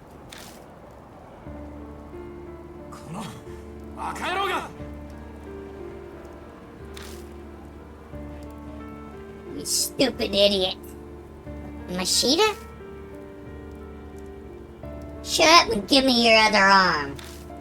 Hurry up! Grab onto me. Right.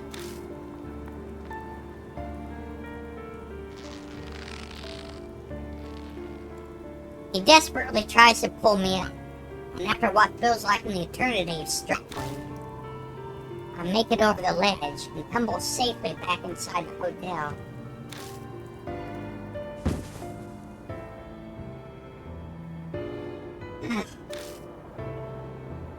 The only sound that can be heard is our gasp for breath as we sit in the darkness.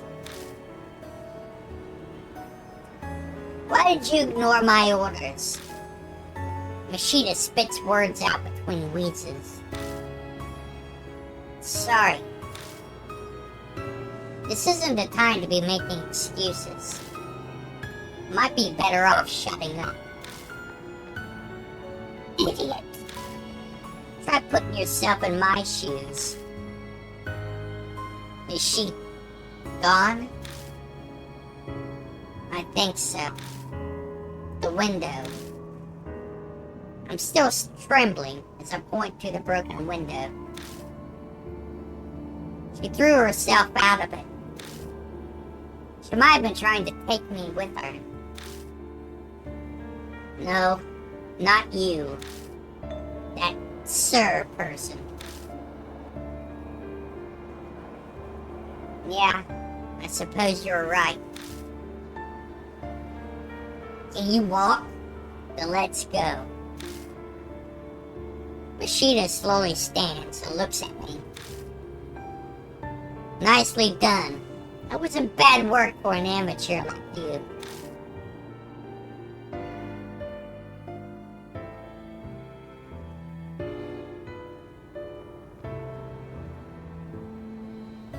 It stopped raining.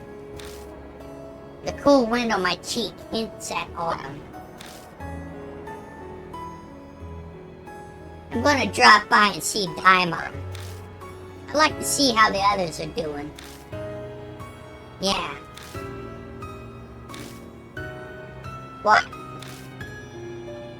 Hand me the car key. No, I can drive. Have you completely gone mad? Look at your hands. I glanced down at them, only to suddenly realize they're still shaking. You just faced down a spirit. You can't drive in that condition.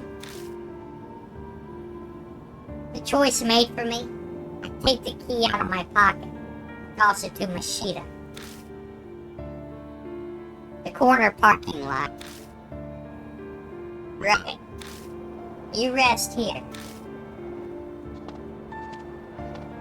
His figure melts into the darkness. As I watch him go, I notice something down on the wet asphalt. It's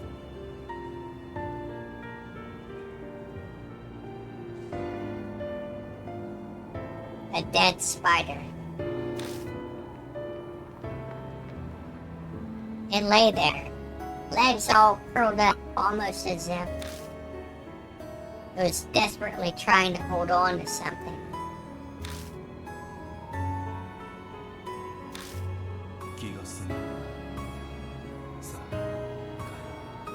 Are you satisfied now? Then let's go home. I gently pick the spider up. I wrap it in my handkerchief and put it in my pocket.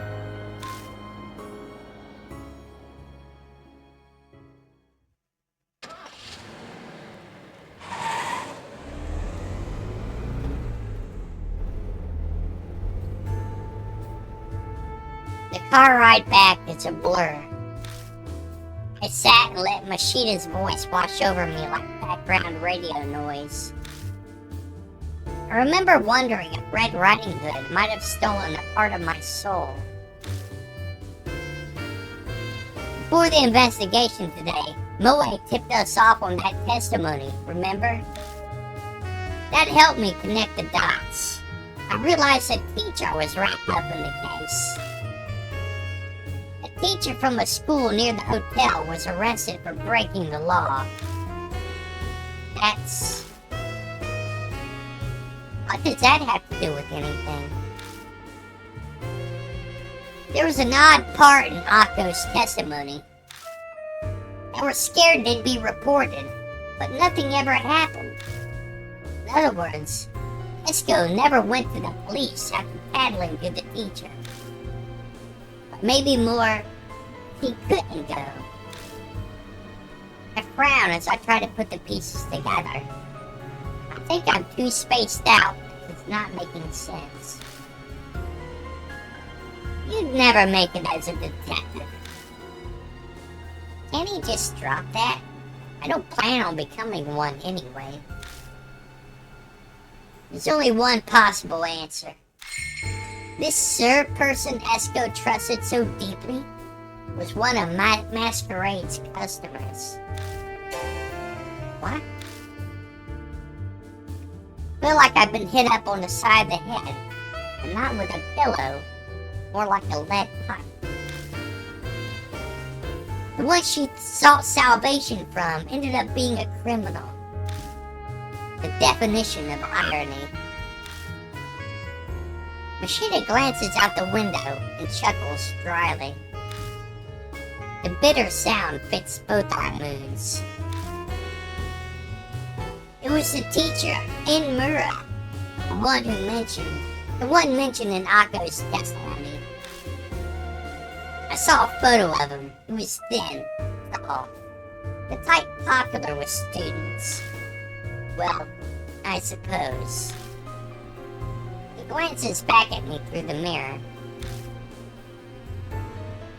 You might say he wasn't too unlike you.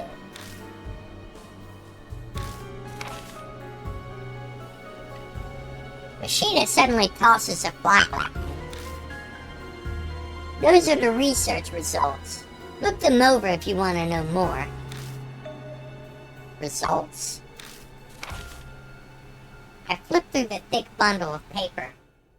They're a set of very well organized documents. It would have taken a lot of time to gather this amount of information. Then it hits me. Wait a second. Machida just said that he connected the dots with the help of Moe's testimony. Which means he knew all of this before we started our investigation tonight. You knew everything? I just said I'd put it all together when I heard the testimony. But I decided not to tell you just in case. Why? If I had known, I could have... What would you have done? His tone turns mocking as he laughs. You would have just sympathized too much and let down your guard. You should be grateful I didn't.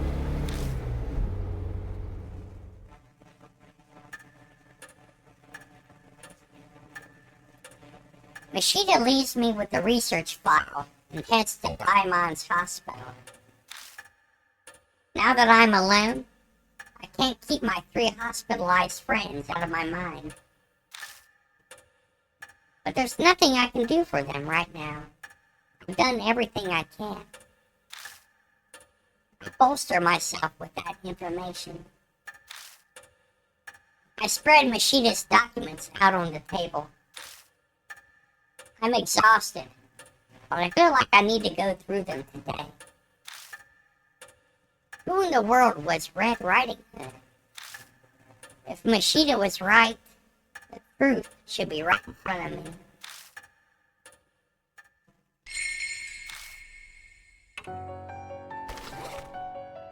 Let's go ahead and look at the report here. Machida's report. I faced Red Riding Hood on the 6th floor, where she had waited for me, and managed to drive her back, and she nearly takes me with her, until Machida saves me at the last second. He's furious with me for disobeying his orders. I'm given his research file in the hotel. This is what it says. Esco tattling to her homeroom teacher in Mura about the job is what started it all. Mura proposed to Esco, but they gathered evidence first, and they arranged to meet at Masquerade that night. But the only thing waiting for Esco there was utter betrayal by the teacher she was in love with. Turns out that Mura himself was one of Masquerade's customers. No one knows what exactly happened to Esco. She was found wandering the streets in her red raincoat and immediately admitted to a facility. Unfortunately, her mental state was too far gone already, and she committed suicide by throwing herself from a 6th floor window at the hospital. The night she died was cold and rainy, just like today. The report was info on Mura as well. When he was arrested for other illegal activities, he ended up testifying about Masquerade as well. Having your partner wear all red was code that you were planning to use the deluxe suite at the hospital. The hotel. That could be the reason Esco wore that red raincoat that night. Not long after the trial, Mura apparently hung himself in jail.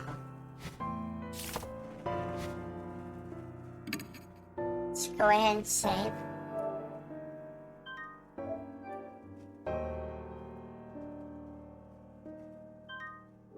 There.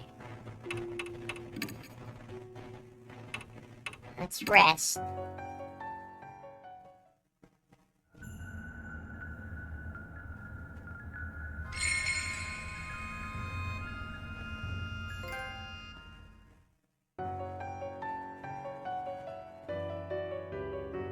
And so the case surrounding Masquerade quietly comes to a close, leaving an invisible scar on that dark street. The lives lost there will never return, and neither will their trampled dignity. The only thing that saves that disaster is that my friends survived. Kiru, Banshee, and Sho all regained consciousness after that. They got out of it with no lasting symptoms, and are recovered enough to go back to their lives. Daimon concluded that the affliction inhibited the soul, very much like the mark. In that case, maybe Red Riding Hood was finally released from that horrible nightmare. Just like the spirits that gave people the mark. If anything good came about because of this case, then that would be it.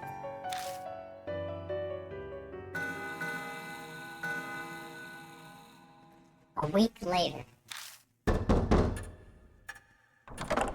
邪魔するぞ。 I'm coming in. Mashida suddenly shows up on my doorstep. Before I even open my mouth, he pulls out an envelope and tosses it on the table. I'm here to deliver this. It's your reward. Take it and get out of here. I didn't do it because I wanted a reward. How should I know? The client asked me to do this, that's all. I did my job and handed it over. The rest is in your hands. Damn, what a pain. Mashida turns and curses under his breath. I can still hear everything he says. That's all you came for? No, there's one other thing. I learned something from this past case. And what's that? Something about you. You're suited for this work after all. Pat again. Sorry, but I'm done. No more. Just hear me out. There have been more mysterious cases like masquerades popping up lately. I thought it might be Mark related. It seems like I was wrong. He stops for a moment, then mutters. Hyaki Yagyo, a monster's parade. Huh? Have you heard anything about it? Hyaki Yagyo? Yeah, sure. And ghost stories. But he's clearly asking about something that's happening in the real world. No, I haven't. That's, I figured you, of all people. Forget it. First he asks me, then he tells me to forget it. He only cares about his own bottom line. Mashida glances briefly at the sofa in the corner of the room. Might have known something. So you want my help? The old lady, Yasuoka, seems to think you could do some good. I do too. That's all I wanted to say.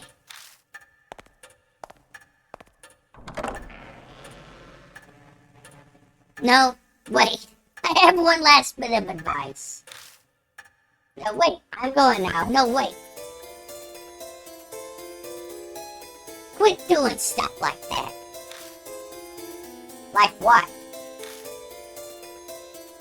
You picked up that dead spider, didn't you? You saw? Just out of the corner of my eye. That's why darkness follows you. Your ancestors probably had pity on her too.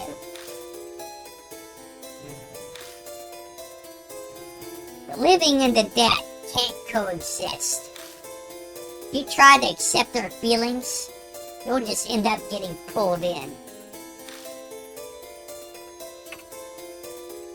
I'll keep that in mind. Okay, I'll keep that in mind. Mashita just snorts derisively, like usual. せいぜいよく考えろ。望まなくてもいずれその時が来る。 Give it some thought. Even if you don't want it, time may come one day. He leaves, closing the door behind him.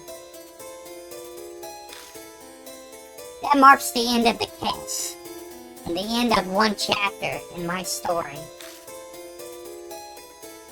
But someday, in the future, I can't help but think that door will be thrown open again.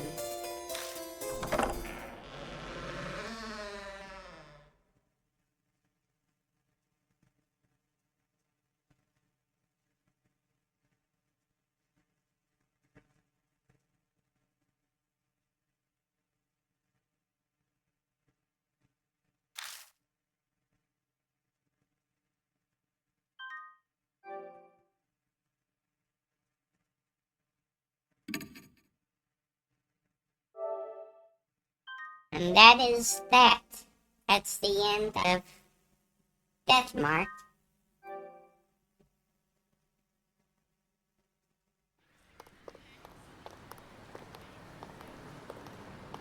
Or is it? Hey, wanna hit up the karaoke place? The new Love and Hero song is out. I'm not feeling up to it today. This story creeped me out earlier. Do you want to hear it? Oh, sure. Do you remember Miss Yamaguchi? She wears those big glasses. I heard she's gone missing. What? No one knows where she is? No, she just disappeared. Just up and poofed from the library.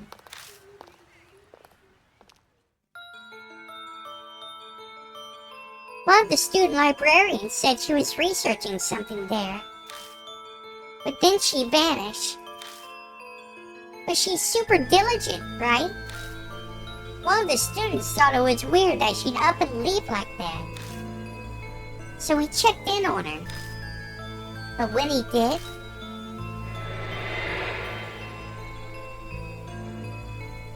the only thing left was her arm. It had a really real weird scar on it. So it was definitely her arm. A scar? Yeah, it looked like a dog bite. She showed it to me once. She had no idea where it came from. For real? There's a scar like that on Miki's leg, too. Huh? Miki? Wait, that's... the girl who went missing, yeah. That's crazy. Maybe that rumor is true. The one about the cursed scar. Cut it out. You're scaring me.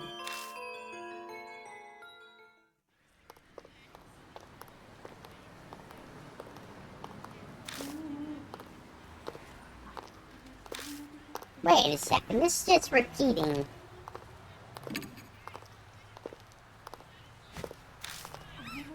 This is the beginning of the game. Why is it doing a loop? I don't understand.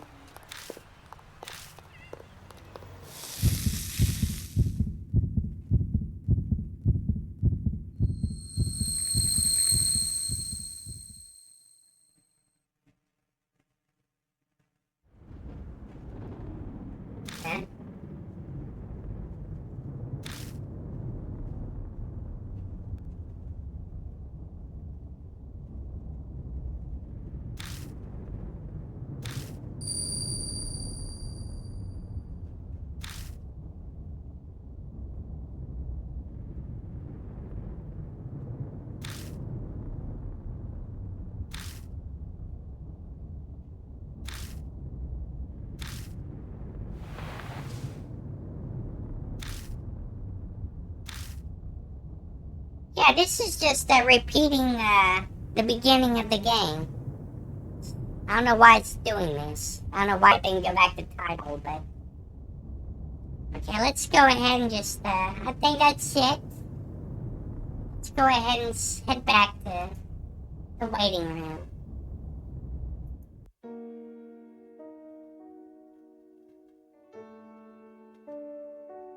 Ah, there.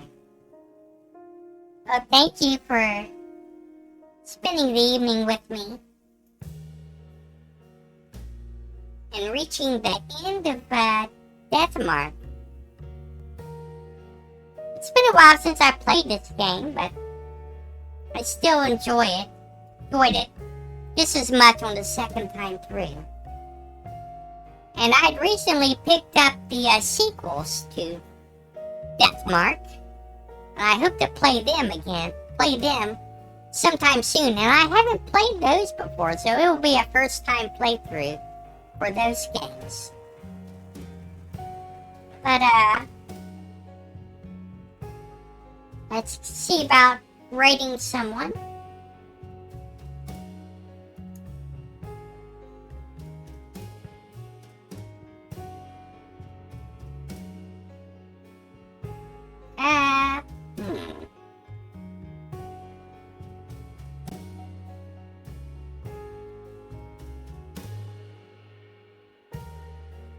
Now let's go to Shiny Deathbone. Yeah. We're playing Dave the Diver, so let's go ahead and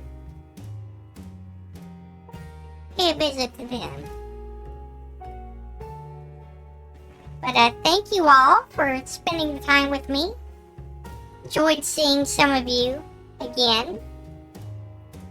And I hope, I'm looking forward, I hope by the end of the week I'm looking forward to giving a test stream for my new PC this coming weekend. So, if not, I'll still be playing something, probably more Shadow Warrior, if I can't get the PC working the way I want to, but I don't think that'll be an issue. But, thank you, everyone. I hope to see you all again very soon. Take care of yourselves, take care of each other, and, bye for now. Take care.